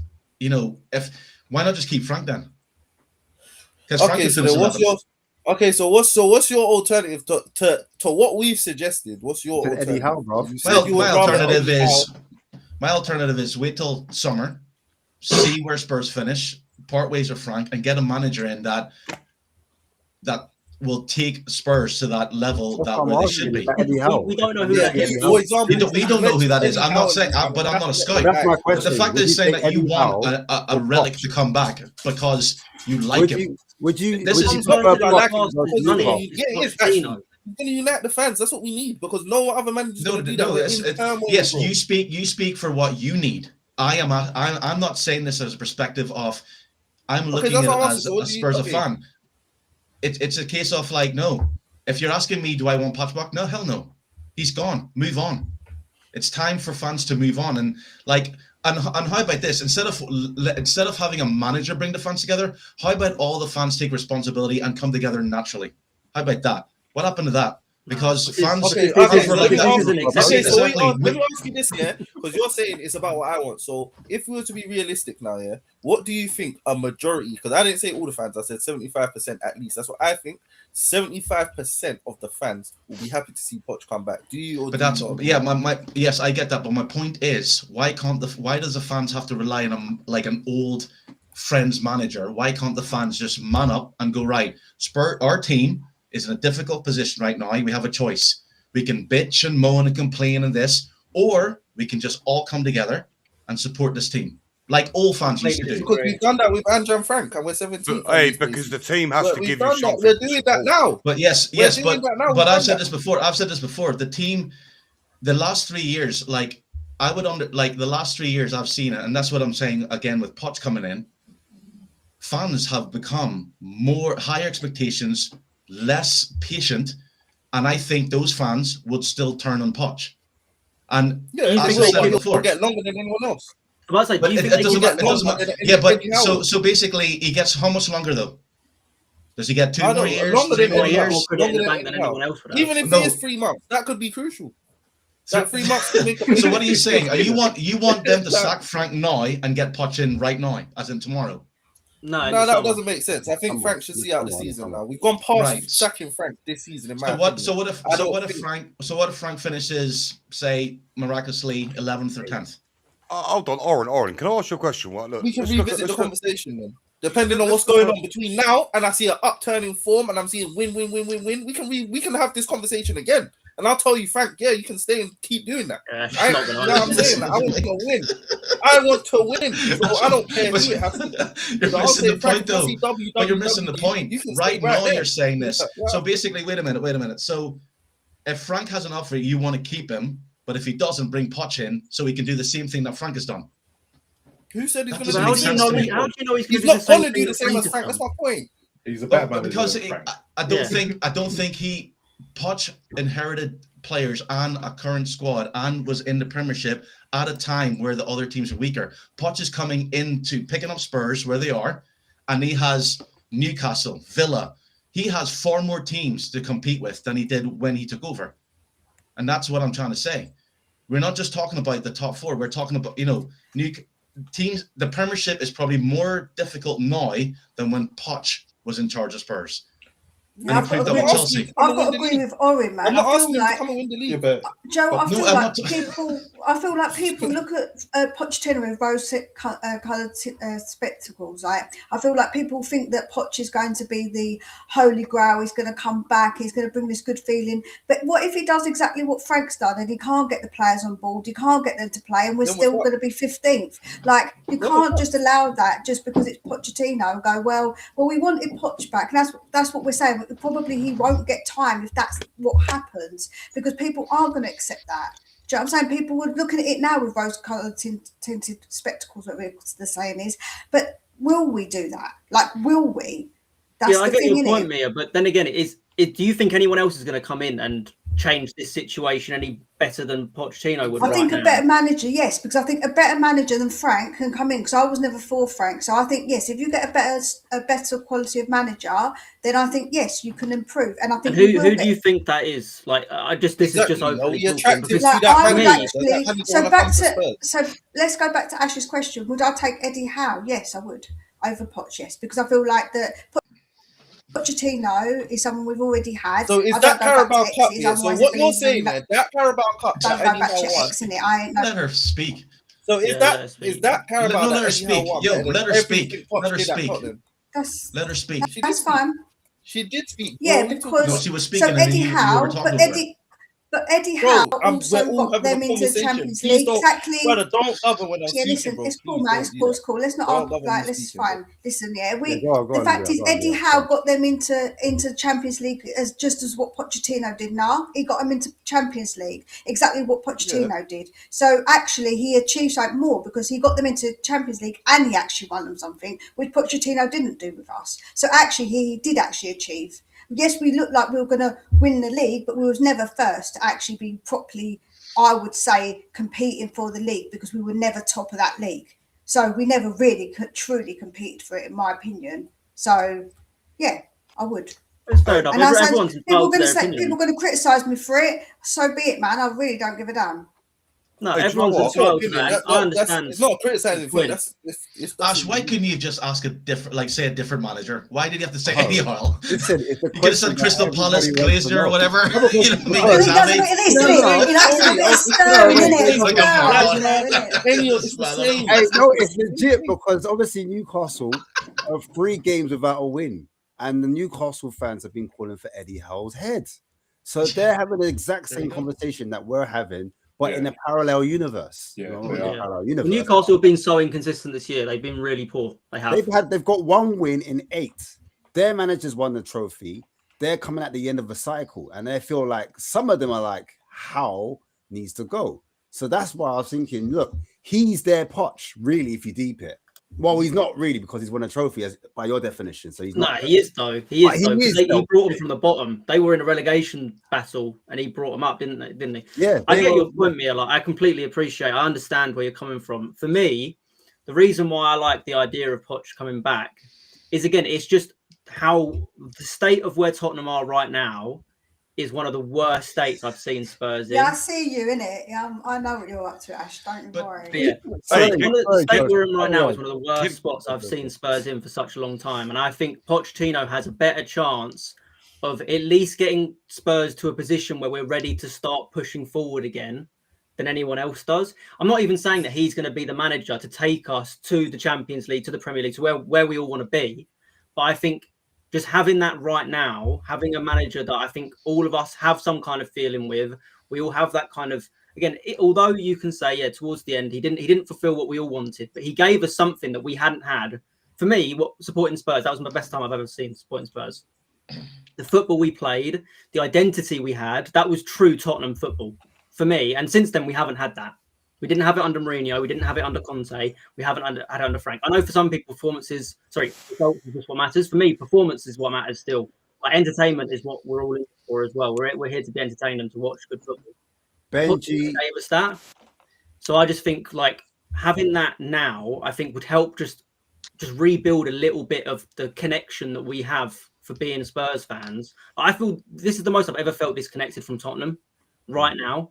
And I think Pochettino gives us a chance of rebuilding that. And yeah, maybe it gets to a point where, look, he's not going to take us over the line, but at least he might be able to get us to a state where we feel like we're getting there and we're getting to it. Because right now, I genuinely fear that we could get relegated.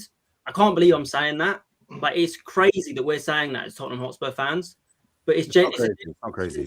It's not crazy. Yeah, Benji wants to say something. Benji wants to come in. Yeah, no, do you know what? I need to get DK and then Pipes in somehow. And then Yeah, that's I'm all going right. to shoot on after this. Yeah. Hey, do you know what? For anyone that says to me, I wouldn't take Pochettino back, I have one answer. I think you're fucking insane. And I'll tell I you wouldn't why. take Pochettino back. What, you then I would get take out. Pochettino back. Yeah, no. I'm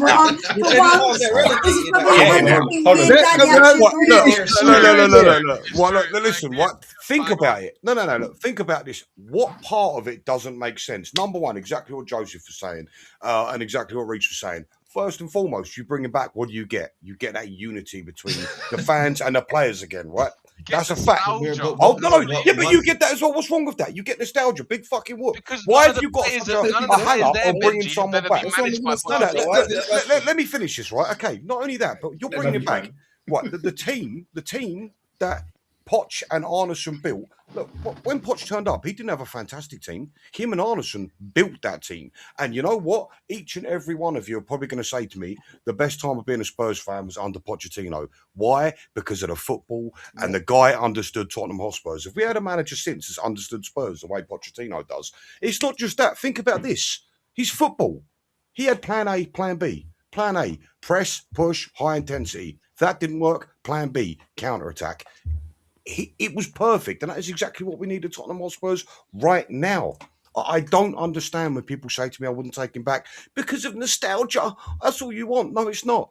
I want that Tottenham back, and it can happen. At least that's what I believe. How can it happen, Benji? Because when Poch came in, he had the core of the team already there. He had Moussa Dembele, Harry Kane, Christian Eriksen. He had Jan Vertonghen, right? He had Hugo Lloris, right? They were already at the club. Right now, right?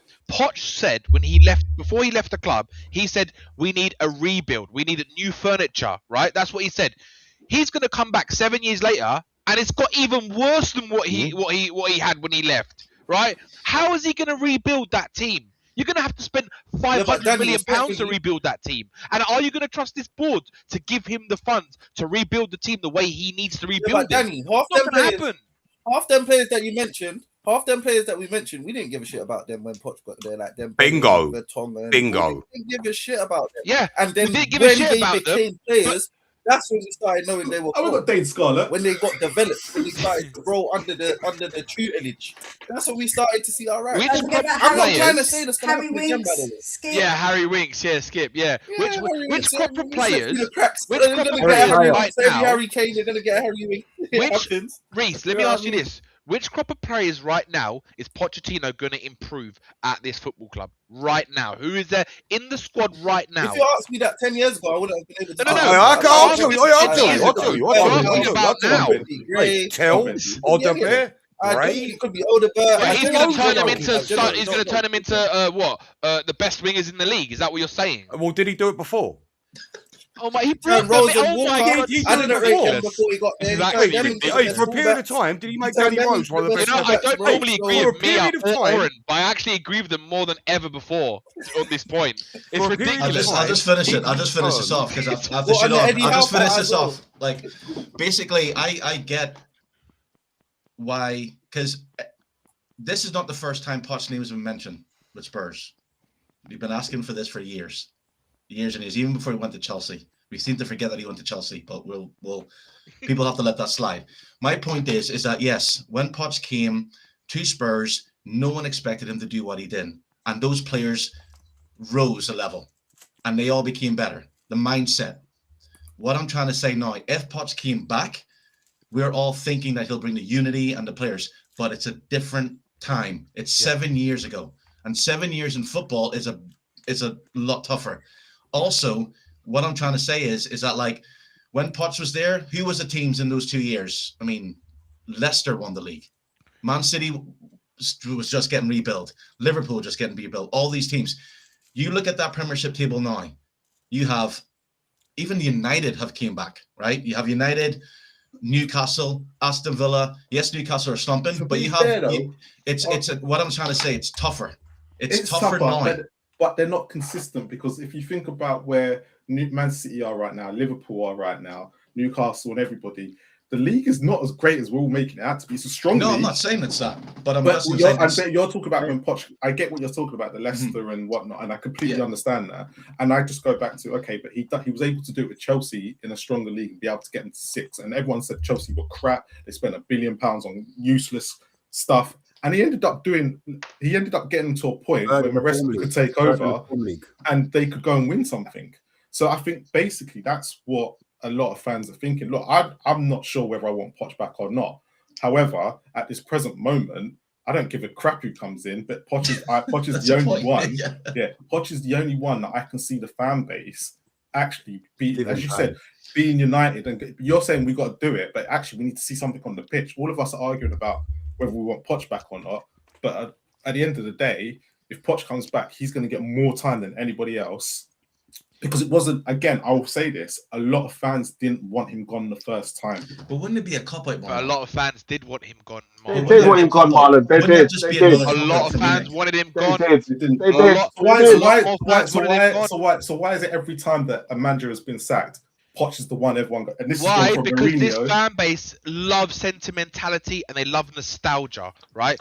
That is the problem with this fan base. Because if even someone like Romero, right? Why do you sound like you're on an aeroplane? I'm gonna because I'm or a train station. I'm gonna say one thing about Romero, right? Romero is one of the biggest problems at this football club right now in terms of culturally, right? He's got so much influence in that dressing room that he's got more influence than the actual manager himself. When that happens at a football club, right, the manager has got no power whatsoever, and it all creates a massive toxic environment, right? This is if the players are following the captain rather than what the captain is displaying, he's supposed to be the guy who everyone looks up to. Yet he is the exact example of what you shouldn't be as a captain, right? He is a disgrace as a Spurs captain. He's actually the worst Spurs captain I have ever seen in 32 years of following this football club, right? He is an absolute abomination of a captain. And for me, he's the first person you need to get out of the football club, because if Spurs want anything, if they want to create this unity that all of you guys are talking about, right, he is the number one person to get out of this football club. You think, what about the manager that he's got, like, that he's walking around? For me, he's done. The player doesn't want to be here. And the player, no player is bigger. No player is bigger than the football club, and Romero is acting like he's bigger than everyone in the football club, right? When that happens, you got to get. If you're a club, right, that wants to be this club that all of you are talking about, you've got to get everyone on board. And when you've got a player who thinks they're bigger than the club, he's got to go. He's got to go. He is causing a massive culture problem at this football club. He's one of the many problems at this football club. Based on what? For me, look at what he's done, Benji. Look at what he's done. He came out slating the board, saying that we haven't signed players, right? And he's got himself a red card and missing 4 games. And he's also 1 yellow card away from another red card, another ban. So what are we doing here? That's our captain, yeah? That's the captain that all the young players in the squad are looking up to. That geezer. He's a disgrace. As well, because he just joined the stream. Big up, I'm done with Romero. What are you telling me, man? Angel. Well, basically, I just want to address this thing with Poch. This love affair this fan base has with this manager that has baffled me for years, because basically, you know, and all I'm hearing is, oh, he's going to unite the fan base. Oh, it's ridiculous. And the comments online about he's going to bring the feel-good factor, and he's going to get everybody. I mean, it's nonsense. The man won nothing in 6 seasons. And on top of that, people are forgetting he was complicit while the club went 2 transfer windows without signing a single player. Yep. Pochettino stood by meekly like a lapdog and allowed that to happen. And we are still suffering the sentence of going those 2 windows without signing any players. Yeah? And he was part of that. And fans are conveniently forgetting this. And also forgetting his final season as well, where we never won away from home for a year. So this loving, this nostalgia that fans seem to have for this manager. And it's funny because I look on Pochettino and I look on Harry Redknapp, and quite frankly, their records are fairly similar.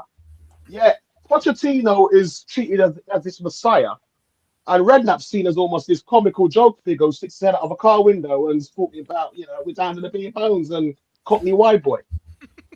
But their records are fairly similar.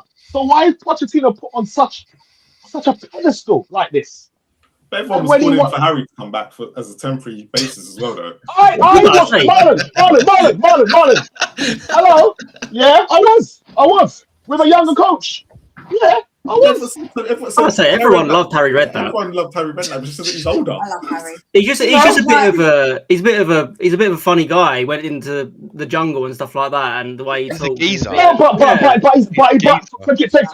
the geezer. Forget the geezer image. He's a common sense coach. Yeah, he took Gareth Bale from left back to left wing. He put Luka Modric into the centre. He knows what he's doing.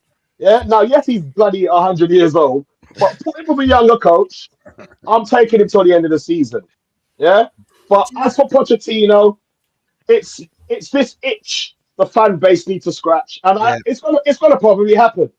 But it won't lead to anything. Yeah, I agree. Can I ask quickly, why would you take Redknapp but you wouldn't take Poch? Redknapp is till the end of the season, interim. Pochettino is long term. Redknapp's 80 years old and he's had heart problems. Either way, Spurs will cause him even bigger.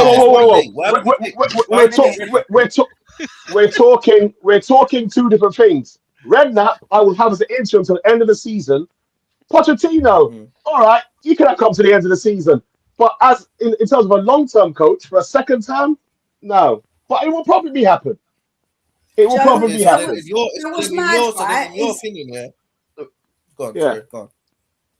You know, what's mad, right, is that I've always said to him, I've always said about Pochettino that he was just a loser because he didn't win us anything. And Joe, how many people get so vexed about me calling him a loser? Did he win anything with us? No. If you're not a winner, what are you, man? You're a loser, and that's not the mentality. I hear that, but your point is that you'll take Eddie Howe, and Eddie Howe got relegated. Eddie Howe's been relegated as well. As much as he's won something, he's also been relegated. So for you to be saying that he's look what he done at Bournemouth, man. He brought them back. He was well good, that man, and he brought them back relegated again. But then he got relegated again. I understand he's a good manager, but it don't mean that he has to be better than Poch. Did Poch get the support system that Eddie Howe got? How much did Eddie Howe win a trophy? Yes. Did Pochettino win a trophy? How much have Newcastle spent? I don't know why it matters about the trophies. I hear that. How much have Newcastle spent in the time that Eddie Howe has been there? How much has Newcastle spent? Right, boys, I'm going to ask you a question here. What is football about for you? Because for me, it's about winning, yeah? I want to watch. I hear that, but we have to take into context how and why people win. That's what I take into context how and why people I want to be a winner, so man. I'm saying, how much money has Newcastle spent since Eddie Howe has been there? Well, how long would you give Eddie Howe before he needs to win something if he became a Tottenham manager? I say you've got to give him about 5 years. Look at where Tottenham are. We're not going to win anything for a while. No. Look at where we are right now. Like, so we can all talk about winning trophies and wanting to win trophies. Whoever comes in, the next manager, is not going to win anything for a while with Tottenham. This is the state we're in. At least they would try, though. At least they would say that they take those cups seriously, where Pochettino doesn't even want to try for those cups. I agree with that. I hated that about Poch. I hated that about Poch. I really hated that about him. Hold on. So your problem is that Poch had high expectations. Are you shit? No. Just quickly, I'm so sorry. Can I, on a separate topic, Pipe 71? Are you Pipe 71 on Twitter as well? Yeah. Can I just take this time to apologise to you, sir? Because me and you have had arguments in the past, and if I knew you were the size of a fucking house, I wouldn't have said anything. My friend. I am very sorry. Benji, you're a big lad as well, mate. I don't remember. Listen, I've had arguments with many people on Twitter, but it's nothing personal. It's just we all love the club, don't we? We all have different opinions. I mean, I don't remember arguing with you though, but yes, sir. I'll take the apology. That is brilliant. That's getting clipped, by the way. You're a big fucker. I'm never arguing with you again. Benji terrified of Oh, God. And what's funny, now, listen, we've got to remember, the bigger they are, the harder they fall in it. That's true. I'm a pussycat. I'm a pussycat, don't worry. But as for Pochettino, yeah, I mean, the loving that the fan base has for him is ridiculous. It baffles me. Me. And at the end of the day, as Mia says, he's not a winner. Now, for all the Poch lovers, let me ask you all. Pipes, man. What do you think will happen, or would you like to see happen if he comes back? I just want to see Tottenham going in a better direction than we are right now. I'm not even expecting Pochettino, if he was to come back, I'm not expecting him to come back and just revolutionise Spurs or make us go back into the top four and challenge and get to a Champions League final again. I just want to see us moving in the right direction, because right now we're not. We're moving in the opposite direction. We really are. I really don't get the fans that turn their nose up at the idea of us getting relegated. Baffles me. It genuinely does. We're not getting relegated. I'll make a bet on it right now. right here. Yeah, we most likely. No, we can't say that with certainty. Not with this present manager. I'll make not a with bet on this it. present I'll make a bet we're not going to get relegated. No, we most likely won't get relegated. But the fact that we're even talking about this, the fact that we're even talking about this as a Tottenham fan base is actually awful. It's disgraceful. And again, this conversation exceeds the management. It you start talking about the the wider conversation around the club. But the fact is, we're not going to probably be winning anything for the next couple of years. It's going to take us time to rebuild. This team is not good enough to win anything. It really isn't. Like the players that we've got, they're average Premier League footballers. Yep. They really are. We need the rebuild. And for me personally, the person to start that, I think it would work with it being Pochettino. I might be wrong. He might come in and it might not work. I just don't see any other manager coming in and everything going great. I don't see how Pochettino would be any worse than any other manager coming in this next spot. Can I ask you guys a question, right? Do you not think that there's a bigger plan with this board? Because for me, I don't trust whoever the manager is until the board show a different ambition, right? Because at this minute in time, they've shown in the last 2 windows that they're not ambitious enough. They're not. They're saying they are, but they're not, right? So the fact that we had so many 8 injuries in January, and we didn't even get 1 extra loan or 2 extra loan players just to help out with numbers, shows me they don't give a shit about the football club, right? Now the other thing I want to ask you is this, that they've just hired another guy of Thomas Frank's geezers, right? Another physio from Brentford last week. Now, does that not indicate that they're planning for the future? Because all I keep hearing from the club, right, is that they're going to stick with, they need stability. They're going to stick with a manager. It doesn't matter how it's going to be a while before we get to a certain place. For me, it looks like Frank's going nowhere. As long as we're not relegated, he is going nowhere, because everything is showing me that they are going to give this guy time, because we are in such a shit show. And the one thing this club needs more than anything is stability. And we have not had stability, because all we do is every 6 months is we change the manager, right? I think personally, Frank's the guy who's going to get us back to a respectable level. Then you go and get someone else, right? I can't see anyone taking us from where we need to be, where we are now, to where we need to be. It's important. That jump is way too big right now. And the fans are delusional to think it's going to happen in a season. It's not. It really isn't. We need to spend hundreds of millions to revamp this whole. If you want me to answer that, yeah. Like you said, before you do, like you said, Joseph, these players are bang average. Absolutely bang average. Yeah, no, I get your point, to be honest. Like 100%. And to be fair, that is genuine. That could easily happen. We could keep Frank in, and it could just be this kind of long-term stable rebuild, which again, it might be the right answer. I don't think anyone can truly know what the right answer is in this position because of how much of a mess it truly is. But I know. I just think if Frank is sacked, for me, I think Pochettino would be the manager I'd employ, just because I don't think any manager is going to come in and change everything up. I just can't see it happening. It's like I've said on previous streams, what we forget is that footballer's mindset is completely different now as well. You're talking about like any manager that comes in, like even the player's mentality, and then who do Spurs get in? Do they get young players in? Do they get this player in? And I think fans want Poch because it's about them and it brings the fans together, and then hopefully the player starts playing. But what if those players don't perform or have bad games? And it's a hard ball. Like, I don't think Spurs are going to get relegated, but I do think that, and I've said this in previous streams before, the dramaticness of fans have just escalated. Yeah. It's gone through the roof. And this is not, by the way, I'm not having a go at any Spurs fan. There's Liverpool fans who want Slot taken off. Yep. Listen to an Arsenal fan who slagged off Declan Rice because he had one bad game. This is a universal thing. Yeah. And that's what I keep on saying. Managers coming in now, and I think Alex Ferguson was the one man who picked up on this, that it's no longer about giving managers time. It's no longer about, because yes, Arteta got time, but a lot of Arsenal fans want him gone. And I guarantee if Arsenal don't win a single trophy, we've given you time, he'll be gone. But I just think that the reason why this has escalated is because social media, every time, it's like the last couple of times I've watched Spurs games, I haven't listened to any of Frank's interviews. It's just fatigue, and fans, it's constant over again. And before Frank, when Anti got sacked, it was get a manager in, back the manager, and keep stability. Now it's sack the manager, get another manager in, have a whole new rebuild. And I'm just thinking, if Poch comes back, yes, it'll be great, but then it starts to dip, struggling.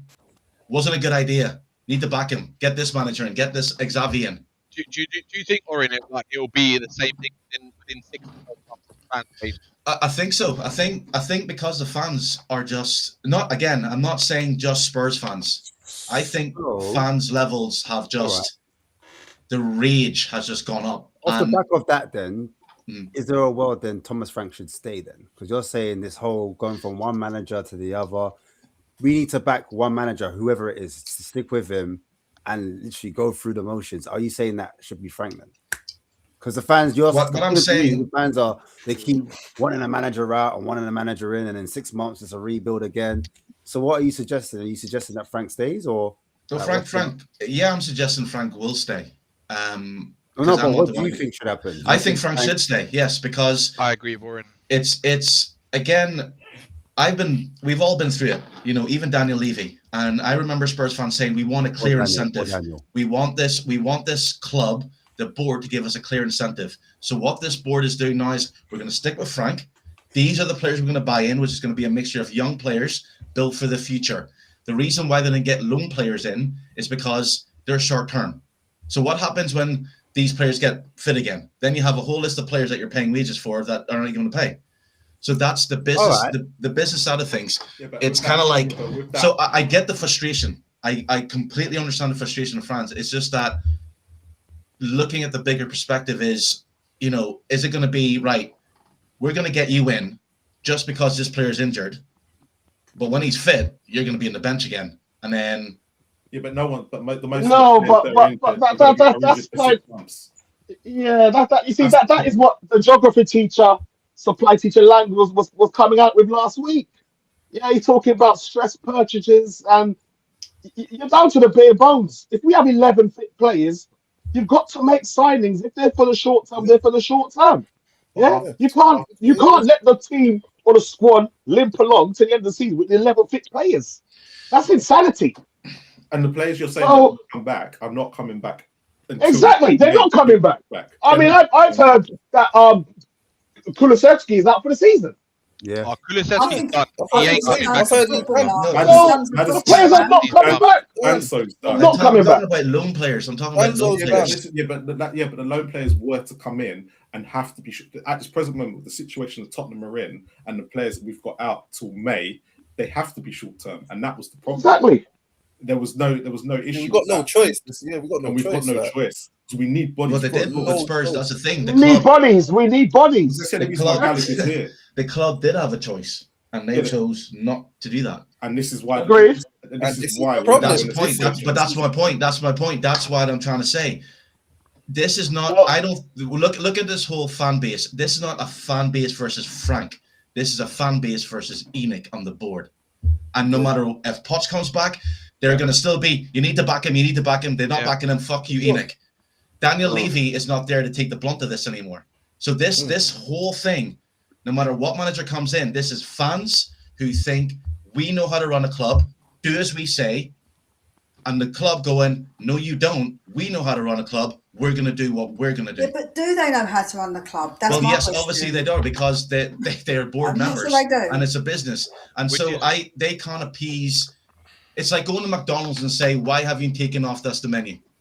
Do you think McDonald's going to go, oh, sorry, hang on a second. Hold on. Guys, are you doing that one? Hold on. All right, I want on that. So if my dad's rich and he creates the business, am I good enough to go run that business because he doesn't want to run it anymore? No. Enoch kids then. So how are they good enough but to run it's not just Enoch kids, it's a whole list of them, it's a whole board member. Yeah, but I could employ board members, but it doesn't mean I'm going to be good enough to go in and build up what my father's built up and be good at what. But Joe Lewis, but what I'm saying is, Marlon, is that those I'm not going against what you're saying. I'm saying it doesn't matter if we don't think they know how to run a club, they're still running a club. Exactly, but So, we can still have they're a making say. decisions based off what they're looking at. Yeah. And yes, they did say they were going to upgrade the wages, but I always felt that was in the summertime. So when the summer happens, but I think the biggest thing that ENIC is going to face is realizing that when they go for a player, that player goes, no, thank you, don't want to come. We're going to give you 200 million or 200 grand a week. Nah, I want to go to City. I want to go to this. Players now make the decision what clubs they go to, and I think that's the biggest. You see, we hear this a lot. We hear this a lot that players are no longer attracted to the club. But I will always maintain it's down to two things. It's the salary offered, but more importantly, the vision that is pitched to these players. Yeah, the vision has to be one of ambition. We are still a big club situated in London. I don't subscribe to this notion that we can't attract players. It's about ambition. I'm not saying it's about Spurs ambition. Can't attract players. I'm saying Spurs can't attract the players that the fans want. That's what Again, I'm saying. I don't subscribe to that, with respect. I don't subscribe to that. It's all about the ambition that is pitched to these players. Yeah? All the players can't go to the same 5 clubs. Yeah, but let's have, okay, so I'll ask you this. When have Spurs actually ever signed a world-class player? That's down to the board. That's down to the board and the lack of ambition. It's too gap. So I'm saying to you, the board, we all know this board for 25 years have turned away from top quality players. Daniel Levy, wasn't it? Wasn't it Daniel Levy? All right. You know he was the bulletproof vest. Part of it. It's him as well. He was there. He was there. But he was part of it. But basically, the board constantly turn away from top quality players. Why? Because of the wages. Yeah, they don't want to pay the wages. They'll pay the transfer fee to shut us fans up. Every now and again, we'll splash a little 50, 60 million. But that player is usually on minimal money. Now, most players are being paid minimal money for a reason, because they're shit. Yeah? Until this board show, and I'm of the opinion, as crazy as it may sound, I'm of the opinion that these people are saboteurs. They actually don't want to see Tottenham succeed. Do you know what I think? They don't want. I believe. Yeah. They don't want to win a district football club.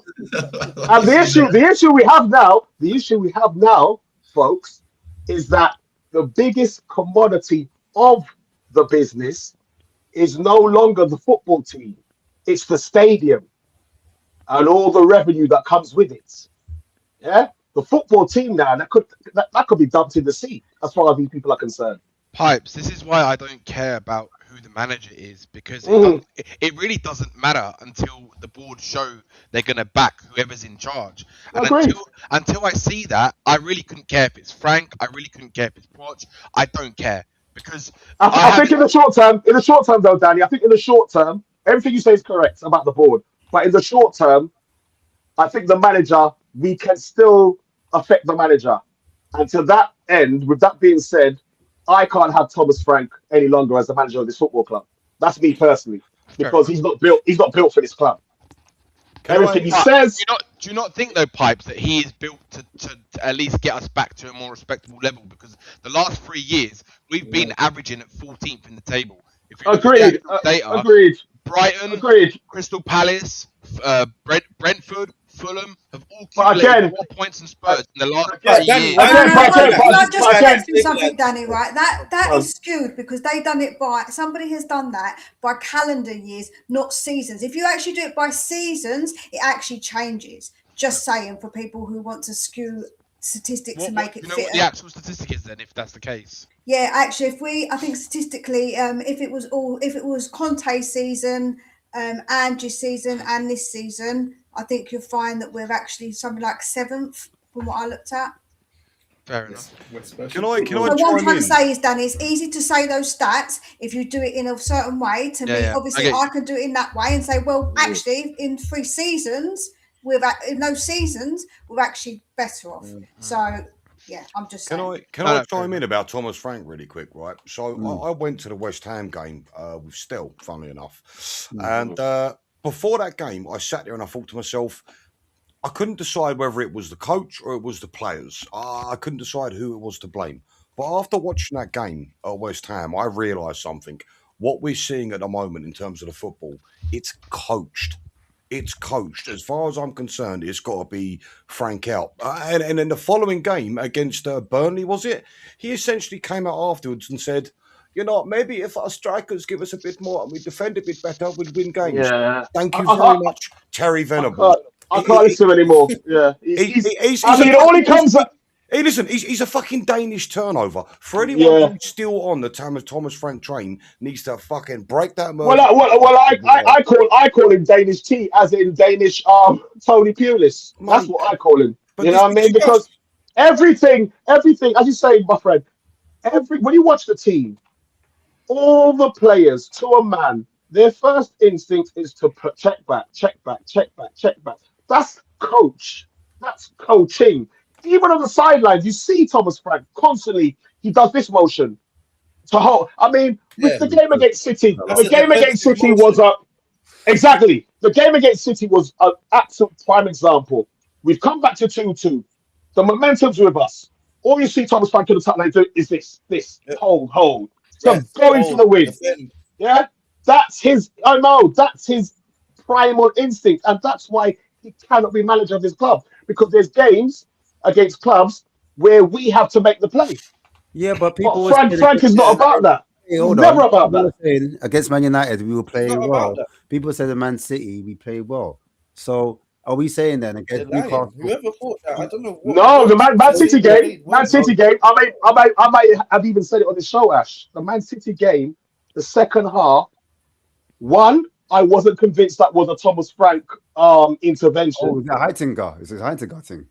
No, I think it was the players were so pissed off with their performances, because the first half was pitiful. Let's have it right. We were pitiful in the first half. It was like a testimonial. The players and Romero, who had got off injured at halftime, he probably got a couple of them by the throat in the dressing room. Yeah, and it instilled a bit of intensity in the second half. But it was nothing. It wasn't amazing football he was watching. He was just playing with a bit of intensity. And City, their level had dropped off.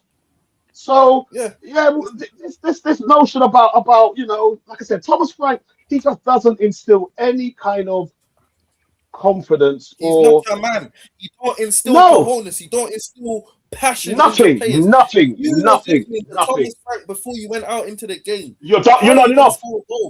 Are you gonna think that even to run? Like, I wouldn't think to do anything. Yeah, like, if I step on the pitch, I'm just chilling. Does anyone I'm not think thinking though? to do nothing. He 'Cause can't he's had inspire me. If I was The going media- to war, and The media is Sorry, the bro, media is the media is painting a different image though. I know how you think, bro. I know, I get it. I get the picture. I'm with you, bro. I understand. Thomas Frank is the company man. Because He's if got Romero no said to tactics. go to war, Nothing Thomas Frank, about who are you him. going with? No. Yeah, Romero's gonna probably grips him up like that, like brother. As madman as Romero is, I'm He's going doing one of Romero. those ones. You know when you tap the man's pockets. Yeah, Yo, Romero, brother, bro. what you got for man? But listen, I'm saying this: the media protecting him, and they're looking at the injuries. Do they have a case where he's got 13 injuries, 13 guys out, and they're potentially first teamers? Ash, I'm just asking questions. let me tell you one thing about the media, Ash. Go on. The media, they want Thomas Frank to stay. Why? Because they see a massive chance for Tottenham to be relegated. It's a massive story, so they will do everything they can. If you look at it, there's no negative commentary about Frank. Yeah, Sky, the print media, they're all on the same page. It's a massive. I mean, let's be honest. It's a massive story for them if Tottenham get relegated. So of course they will do everything that they can to ensure he stays in situ. So that's what that's all about. You know, like I said, I see the play. Lang has come out, and he's also said that the board are backing him. So that's nothing to do with the media. So maybe there is some truth into the whole injury. Well, as I said earlier, though, Ash, the board backing him, that's some self-sabotage, because you're backing a manager. They're all in it. They're all in it. Well, Vina's ex-Arsenal. No, you're It's all laughing. there. What's he doing there? What's he doing there? Crazy. It's Do you crazy. know Yeah, what? what's I, he doing? so I think that guy looks like a mole. He looks like the guy. He's a double a agent. pedigree from Harry He's Potter. a double agent. Right, innit? Double. I don't even want to Right. chat about them, man. I don't even want to get into what I Facts. think about Facts. people there, you know, Facts. because fam. They have no business being at a football club. None. How can you willfully sit by in a transfer window? We have 11 fit players. Not one. That's all. That's self-sabotage. That's not an accident. So what? That's not an accident. If Maddison was fit, if Kulusevski was fit, and we had the other fit players like the Doggy, Spence, whatever, for the season, you don't think we'd be higher up in the pitch? Because I think the attacking third is where we failed, and a lot of those attacking players are injured. Like, you don't think we maybe, but we're conceding now. We're also conceding now. 100% would be higher up the table. 1,000,000%, I believe. So where would we be? Would we be mid-table, or would we be top 8? Because what's the points where we are now? We're on 29 points, right? Yeah. Go on. What's the points from the team that's in eighth right now? Let's look at it right now. Let's look at it. Let me bring it up, bro. Because that I think the table's quite tight, bro. It's not as clear and cut and dry as everyone thinks. This is another thing why I'm saying there's so many reactionary fans, because I think this season it's been so poor, the quality, that so many teams have put together. So basically, we are 15th. I'll go all the way down. We're 29 points. Eighth is 37. Exactly. You have to scroll right. You don't realistically think no, but less than 10 points. Less than 10 points is 8. Yeah, but we've got to make 3 wins somewhere. At the beginning I think we'd be where Sunderland are. Where at the beginning of the season, what did you all predict we should be? Like with I predicted 10th. I said 7th, 6th. Yeah, I said 7th, 8th. To be fair, cool. Like, I'm just trying to obviously work out in it where you think we should be, like where we're at and what you think now. Is it now, yeah? Champions. We should be champions. I generally think 10th, because when you look at the attackers that we have got injured, and the fact that we didn't replace Son, and it's the first time in 10 years that without Son or Kane, it's an absolute disgrace that the club didn't bring in a winger who could give us even what a declining Son gave us last season. It's just ridiculous. Like, were they expecting Tell and Odebear to go and score 10 goals and create assists like the way Maddison, Kudu and Son did last year? It's ridiculous. And then the fact that Solanke was injured up until recently, and you can see the difference that we're playing, the way we play football now. Solanke in the team, and even though he's not a good player, we play better football. You can see it. It's so evident. Yeah, he's a focal point. I'm not his biggest fan, but he's a focal point. Yeah, this is exactly it. In the last 5 games, you know how many times this season I've seen Xavi Simons, the look on his face when he sees Richarlison miscontrol of football, it's ridiculous. Like, I can show you the amount of times. Like, we have lacked so much. Your mic is sounding crazy. Is it really? Yeah. Oh, there you go. That's better. Is that better? There you go. Yeah. That's when you're chatting rubbish then, that's why. It is, yeah. Hey, but the mic's self-censored, isn't it? It's like he's chatting shit, so yeah. We're just Self-editing. I go to my Newcastle. Here's a point I wanted to say, yeah, because you see how a lot of people say that Maddison, Kudu, XYZ scored all these goals last season, yeah, and they did. And obviously, I'm not going to say that we wouldn't have more goals with them in the team, And Solanke, but I do been out for a while. think a lot of the goals that these got was purely because we were straight gung ho. Like, I do, if they were playing in this, how is Maddison going to score? How is because let's go back to when we didn't have this injury crisis, because we're talking now as if this injury crisis has been all season. When we started the season, it was only Kulusevski, Solanke, Maddison that was really the ones that were out. All right, cool, we got Xavi. I'm not going to say we replaced adequately, but we had players to come in. But let me ask you a mathematical question. If you take out over 90 GA, right, how do you replace 90 GA from those 5 players that have been injured or been sold? How do you replace that? Well, 1, with signings, and 2, not with a manager that plays the complete opposite to that. No. These are the the first thing is you need players who can give you the same output. And if you do not have the players that can give you the same output, it doesn't matter what manager you have. But It do you really know doesn't. what? I don't know. I don't want I to think it hear. does. I don't want to hear this from people who gave Ange stick, because where was the Harry Kane XG added in? Yeah, when he wasn't scoring, if he did score goals in games, where was the Harry Kane XG giving him excuses, man? Nobody did it. Everybody said Ange has got to get on with it. He ain't got Kane, so be it. He has to get on with And it. I was one of the few, Mia, that was saying that Ant doesn't have the players he needs, which is why we finished in the positions that we finished last season, because we were lacking in a lot of areas. But Ange actually had a better attack last season. Okay, but than what we and then this season. Danny, but then Danny, here's another thing though. The top score, because we always talk about the 90 GA, we take Brennan Johnson completely out of that. But he was here for the whole season and he wasn't scoring no goals. So as much as you want to talk about, for me, he's prime evidence of what would happen, because Brendan Johnson was banging them last season because of the formation he was in. You take him out of that, he barely banged a goal. And I believe that will be the same for a lot of the other ones that we're talking about. The Madisons, the Kulus, they're going to be deprived of goals because of the way that we play. We do not play to score goals. So you're not going to see 90 GA. So for me, 90 GA hasn't been taken out of the team, because we still had Brendan Johnson who scored more goals than everybody, and he couldn't score a goal here. You haven't got no. I don't agree to that notion, to be honest. Because if you don't have players if you don't have any players that can put the ball in the back of the net, it doesn't matter. It doesn't matter what formation. But we did. We sold him. But we sold him. Brennan Johnson was a shit footballer. It doesn't matter, because hold on a sec. You said he's shit, but you just included his GA. You can't say both. You can't have it both ways. Hold on. Yeah, Danny, you fucking flip flop. You can't have it both ways. Right, we played a certain way. We played a certain way to utilize Brennan Johnson, but we finished fucking 17th in the league with 22 league defeats. And who won us the cup, man? Yeah, he won us a trophy in a tournament. This is a knockout tournament, which Hold on.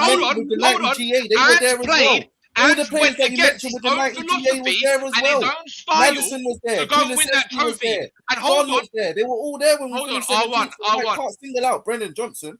You can't single out Brendan. They were all there. Hold on. You can't single out Brendan Johnson, because Ange and the players and all admitted, the players admitted that they had to tell Ange to go and defend in certain games in that Europa League run, because he still wanted to play gung-ho football, right? If it wasn't for the players telling him, and I know something about the final, if it wasn't for Romero doing what he did in the final, we would not have won that fucking final. Right. So can I just say, if you've just slagged off Brendan Johnson saying he's shit, you can't include his GA then in what we're missing in GA, because you just said he's shit. No, because you just said he's shit in it, so don't count it. He's a shit footballer. He's shit.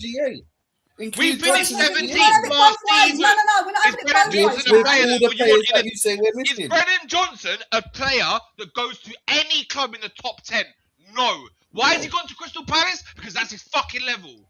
So now you can't. So you're shit. He's doing nothing. He's doing nothing. So that's why we can't include his GA, innit? We can't include his GA then. Calm yourself down before we have a heart attack, man. Of course you can. Of course you can include his GA. Of course you can. It's ridiculous to think you can't. But you just said he's shit and he does nothing. He does nothing. I agree. We finished 17th last season. He did nothing.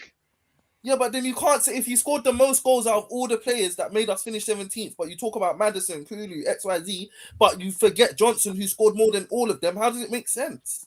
How does the point make sense? Because you he had the top scorer there and you couldn't get a goal out of him. So why are we now looking at that Madison will score and this person will score? He played in a system we lost 22 fucking games in. And I guarantee you, every single fucking one of you, if we were losing the way we lost last season, you wouldn't be saying this shit right now. I'm telling you that for a fact. I mean, you don't know for a fact. You don't know me enough to know what I'm like, my principles. But yeah, go ahead.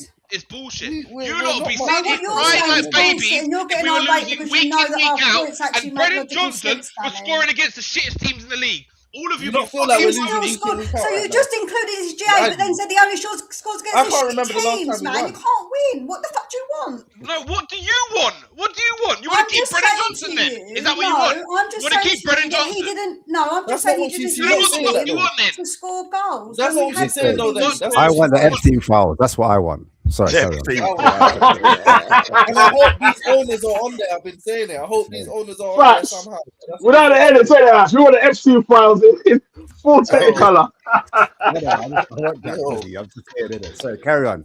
You know what I'm saying? Oh, what was I saying again? Oh, but there is Oh, a yeah. Newcastle game. There is a Newcastle game we need to talk about. I don't know. We do need to wrap it. But yeah, Newcastle. Like, what we saying? Have we got something from this game, or they've got For me, it's the Oh. biggest. It's the biggest. Tomorrow is the biggest game since Bilbao. I repeat. Real? Yes, it is. Yes, it is. Yeah. Yes, it 100%. is. Yes, it is. 100%. Because if we don't win tomorrow, if we do not win tomorrow, It's dark. yeah. If we don't, today, okay. Actually, you know what? If we don't win today, and do not rule out them Hammers getting a result against United, we're talking 3 points. Fuck. And no, let's paint the scenario though, because obviously I want to go back to the point. Let's paint the scenario. Let's paint the scenario. Suppose the gap gets to 3 points, ladies and gentlemen. Surely, despite what everybody's saying, surely the manager has to go. No. Really? North London derby. He's not gonna go. He's not going for the season. He's not The going ownership before that man game. is relaxed. He's on not my going liking. this season. They He's seem not like gonna I'm get not sacked. hearing. They're 12. But there's 12 days to the North London derby. Yeah, they won't sack him that because they know if they get battered in North London derby, they've got to get out of jail free card. They won't. They will not sack him before that North London derby. Sure, boy. No way. They need I don't know. to. They need. And it's unfair to bring in a new manager for that game as well. Yeah. Like that's Exactly. if you lose that, that's a bad start. Because we look. I just think if the gap gets to 3 points tomorrow, a decision has to be made because we cannot leave it too late because then it will be too late in terms of they went to the Arsenal new manager bounce. They went to the Arsenal game. Okay, we'll see then. We'll see. But tomorrow we have to win. We have to win tomorrow. We have to win. If we got smashed tomorrow, it's a different conversation. But if we only got 1-0 and it was just one of those performances, they're gonna wait. Yeah, but what I'm saying is, people like, what do we think will happen? That's what I'm asking. Just to remind people, we've got 11. We've got 12 players fit. Just to remind people. Yeah. So what do we reckon will happen? Then? That's what I'm asking. I think we win 2-1. I think we win 2-1 because Newcastle have injuries as well. They've got a lot of players out as well. Yeah, but we're Dr. Tottenham though. You know when the team comes with their problems, don't say that, we're man. always there to Don't fix say them. that, man. Dr. Tottenham's never failed this season. He'll cure any illness. Hey, you're failing. Hey, You're failing to mention the fact that Newcastle are a boat team. No, because he's not there in the Champions League still. But Very true, Benji. Very true, Benji. Not only that. Apparently, Eddie Howe has won 6 of the 9 previous meetings across all his clubs against Thomas Frank. Thomas Frank's the man who beat the most. Thomas Frank's the man who's beat the most. Thomas Frank's the man to keep here, guys. Yeah, man, I've got That's so why much I put that little fact in. Hey, the question I've got to ask is, Newcastle's where you people draw the fucking line? Thomas Frank should have been gone long ago. I know, I get that. that. No, he should have been gone from Arsenal. He should have been gone from Arsenal. He should have been gone from that game for me. That was it for him. Hey, West Ham. listen, I was there in that West Ham game. Let me tell you something about West West Ham. West Ham before us were dog shit. I thought we were bad. I've been watching West Ham this season. Holy shit, they're bad. For me, the second we lost that game, I was done. We let those bubble-blown blooming wankers come into our yard and do that, man. Like, what the fuck are we doing? You think it's bad watching it on TV? Fuck me, go there in real life. I wasted 250 quid. It's like the teams that are beating us are getting a bit of a, like, they're beating us and going on runs, like little mini, like, beat us and then get another win and another win. Not only that, just beating not us. only that though. Yeah, but not only that, we're not beating the teams around us. No. That's the problem as well. We're not beating the teams around us. Nobody. Yeah, we're not beating nobody. Nobody. West it would help if we had a team though. Forest slapped us. Yeah, you have a manager who wants to play to fucking win games of football instead of just sitting back like a mug. What with the players that we've got? Yeah, all right. Listen, you've got to try and win it. What's the fucking point? Otherwise, we're going to end up losing any. Like, if we're going to lose, at least lose and try. And you think Frank's sitting there telling them to go and defend the whole game? Yeah, man. Because otherwise, half the football, why would we play better in the second half if he didn't say contain and contain? That's the players. The players don't want to fucking play. They only play when they want to play. man. No, but Danny, he doesn't send them out with attacking intent. No, come on, bro. You must have concede that. He So does not send that. you're telling me we go down to 9 men against Liverpool, we start playing better than Liverpool. You're telling me that's Frank saying, oh, do you know what? Let's go to 9 players and then start playing football. Come on, No, the game's gone. The game's gone. The game's gone. It's easy to play when the game's gone. Right, You're playing 9 players, of course you're gonna have more attack and more chance, like obviously. Right, tell me It's easy to something. play when the game's gone. Hold on, Danny. Where's Ben and Sim? Tell me something. Hey, tell me something, Danny, right? 90% of the games you've seen from Tottenham Hotspurs this season, have you seen a motivated team? A motivated team. I've seen the players play when they want to play and they turn up when they don't. Whose job is it to make sure they're motivated enough to turn up? Oh my God, we're not having this conversation. Yeah, we are. Seriously. No, we're not. Yeah, we are. I'm not having this conversation. Ben. Why? Because it doesn't suit your agenda, Danny. No, because you lot are not logical. You're not logical. I'm a very logical person. You're not actually. logical. I think You're you're not logical. very So, Dan, logical. do you want me to turn around and say, all right, okay. Okay, why don't you tell me? Why don't you tell me about Romero this season? Why don't you tell me about him? Right? Why is it that Romero decides to play shit for most of the games, right? And then plays decent in some games, right?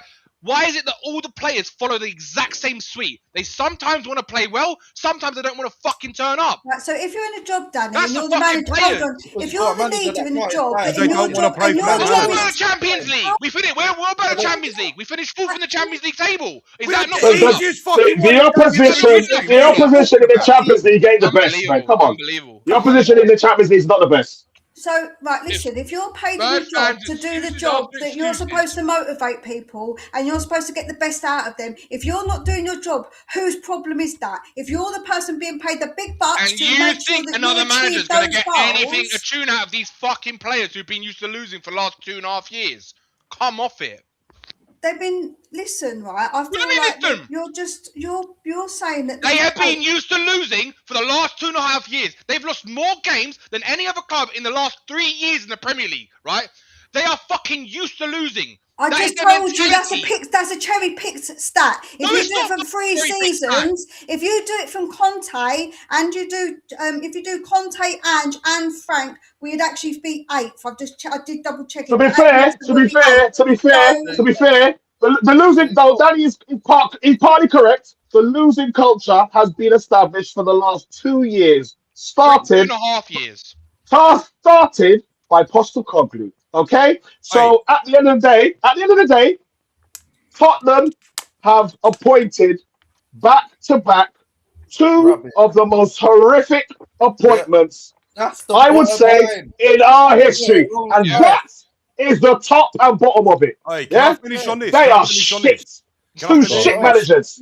Horrific appointments. Frank may not be the problem. But he definitely ain't the fucking solution. Agreed. Yeah, whatever the like I said, it's about the short term. It's about the short term. It's about the short term. The short term is Thomas Frank. We can't do anything about the board right now. Really. Yeah? Protests have been organised. They've not been attended. So Frank right now is the immediate problem.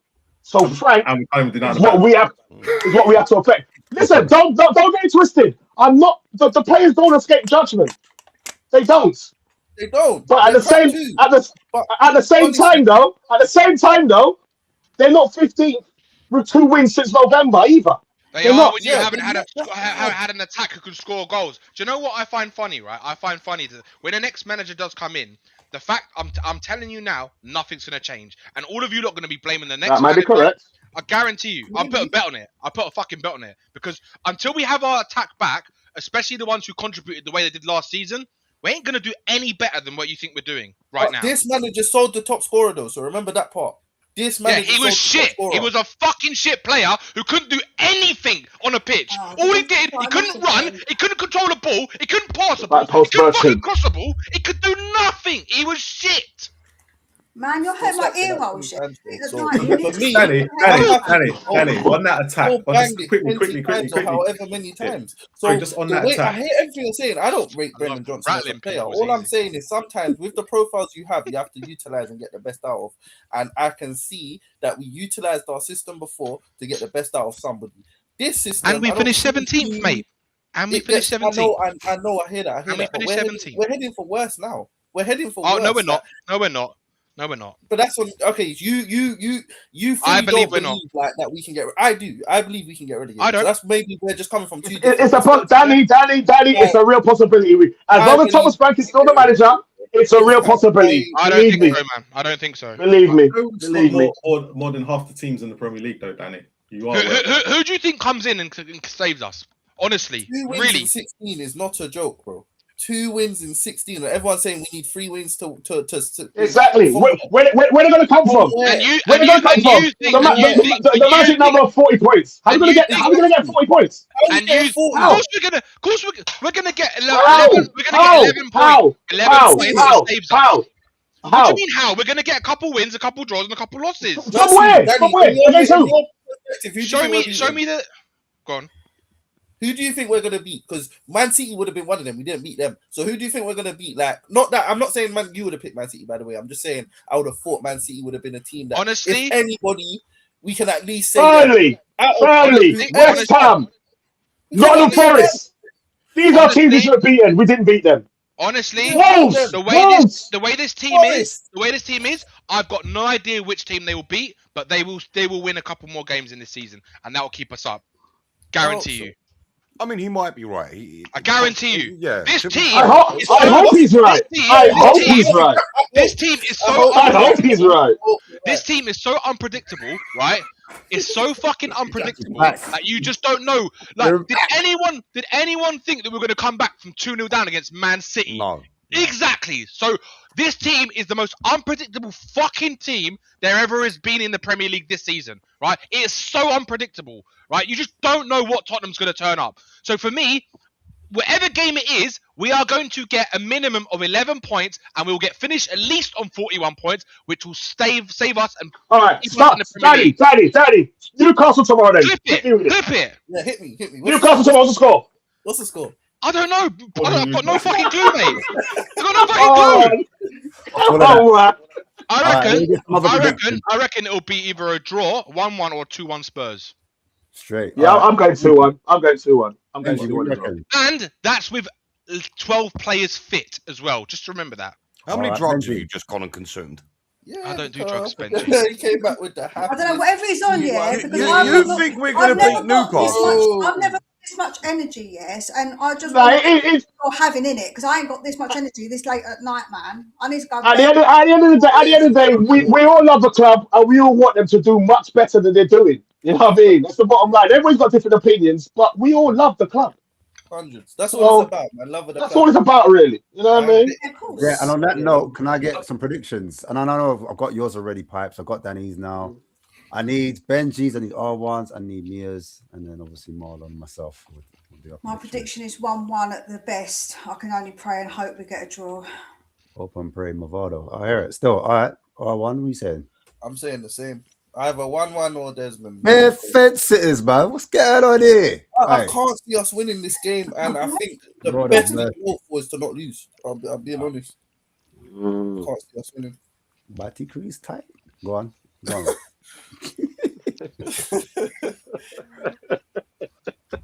You know what? I heard that as well. Go on, Benji. What's your prediction, man? I think we're getting pumped 3-0. Straight. Oh wow! Straight pump. You know what? Do you know what? I've seen enough of Newcastle Spurs to know they're our bogey team. We are getting fucking pumped. Hey, gas station. Livy Philippines, yeah. What? And Marlon, what are you telling me, man? What you reckon, man? I've been saying for weeks, like after all the losses I predicted, I said this was the game would win. So I thought the same. I can't lie. 2-1 Spurs. Why is everyone very confident that we're going to win it? Is Newcastle shit or something? Why is everyone? I've got to stick with it. Hey, we're all on tape. It's hope. It's hope. It's hope. It's hope. For that reason. It's real. No, but the thing is, I've said for weeks this was the game that I thought after Palace. I said every game after that would end up not getting a result. And it was this one I predicted would get the result in, so I'm gonna have to stick with it. You see what it is, yeah? Can I just say, just to interrupt? You see this Newcastle game? I feel like it's funny. I feel like every time, yeah, we feel like, because Newcastle, I feel like it's a bit of a bogey team for Spurs.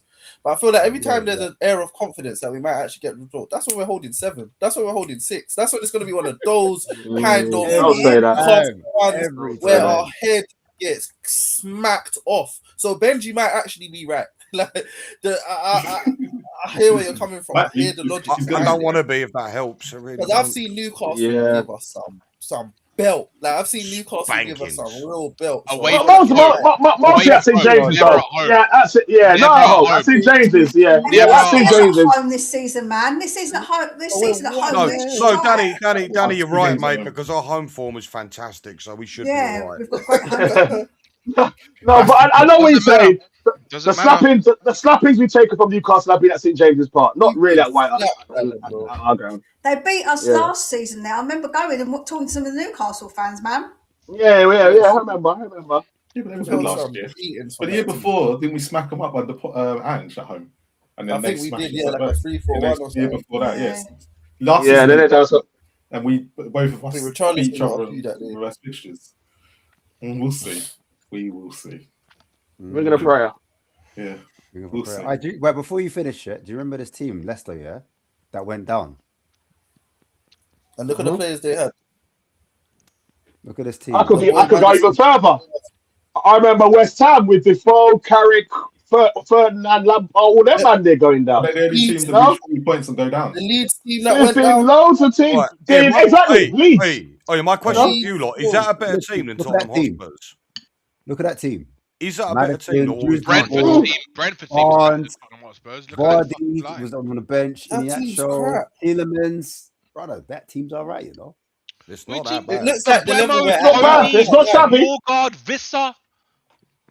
This is about. And the issue is, do we have the characters in the team if it gets really sticky at the bottom? Because do you know how many of our players, our current players, have been relegated before? Yeah, they've all been here before. They know this story. We ain't got the characters to survive. Mate, there you go. Madison's used to this life. He's used to this. Man. He's used to this. We ain't getting relegated. Sorry. Benji's the bringer of doom and gloom, isn't he? But Benji's keeping it real though at the same time. Yeah, Benji's not coming back on the channel, yeah? Like, don't have him back, yeah? Cut the show. Let's cut the show. Benji's no soft talking with Benji. Just talking it straight. Big up everyone for being on this chat, though. Marlon, any can I just say one last thing? Yeah, go ahead, yeah. I never had a drinking problem before. I never drink, but now speaking to Benji's made me just have it now. I'm a drinking problem. Yeah. I don't even blame you. I've got to be honest. Look, everyone who's got here to the end, look, it's been a laugh. Yeah, we've been arguing that. You know what? We love each other. We love Spurs. Of course. That's the bottom line. That's the bottom line. We shout to each other. It's how we talk. It's how we talk. Yeah, this is Spurs fans now.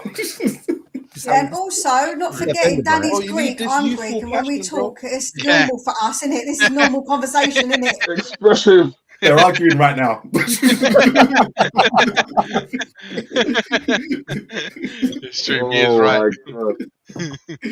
But no, thanks for everyone who's tuned in. As always, please like, subscribe, and comment. Ash, final words. Yeah, man. Yeah, Wednesday we go again. Rivals. Toon Tactics versus Mitch versus me and one other Spurs fan. Yeah, we'll be going back and forth. So we need to win this game. Don't embarrass me. Do not embarrass me because we need to give it to them Newcastle fans. But yeah, Rivals Wednesday, 10 o'clock. Make sure you tune in. Before everyone goes, just a quick question. Yeah, everyone. And super chat too. Yeah. Benji, Modric or Zidane? What? Modric or Zidane? Who's the better player for you? Oh, Zidane all day long. Okay. R1? Who? Modric or Zidane? R1. Reese. Oh.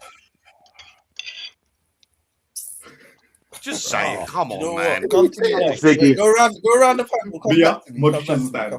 I'm going to have to say Zidane, man, even though I don't like to say it. DK? Zizou. Pipes? Ziggy Zidane. And Reese? Modric. Okay, so it's 3-1. Yeah, I'm going to lose every week. Modric was one of the great players for us, though. What? Beef in my WhatsApp group. There's beef in my Zidane, WhatsApp group. Zidane's It's the crazy. better Crazy. on the eye player is Zidane. When I'm watching highlight reel, I like Zidane. But if you're putting bare other context in there, it might be Modric. That's how I'm gonna leave it there. No, That's Modric was one of our greatest midfielders. Let's not get it twisted. So yeah, you know, I said it. Modric was one of our greatest midfielders. midfielders and one of Real Madrid's, but Zidane was Mhm. one of the best players of all time. Oh yeah, of course, 100%. And Ronaldinho tops them So all. it's gotta be Zidane. Yeah. He's one of the best players. Ronaldinho Yeah, is my yeah. favorite of all time. That's why No one. Yeah, man, Ronaldinho. He was my favorite. 3-1. But you need a Modric in your team, man. 3-1. We'll keep the scores, Ash. We'll do this every week with every guest until Jay comes on. Why? What did you lot say? He'll probably say Bentancur. No, Bro. Jay will probably say Bentancur. That's what Jay will say. No, Sir Brennan Johnson. Yeah, Yeah, that's it. but yeah, as always, like, subscribe, and comment. Make sure you subscribe to Mia. Make sure you subscribe to Benji in the Hotspur Hood, and make sure you subscribe to PR TV Spurs as well. This will be all in the little title. Spurs Lone Wolf, tomorrow. yeah. I like that. I like that. Spurs Lone Wolf. Yeah, man. Yeah. New channel. New me. Here we But as always, hopefully we win tomorrow. And back to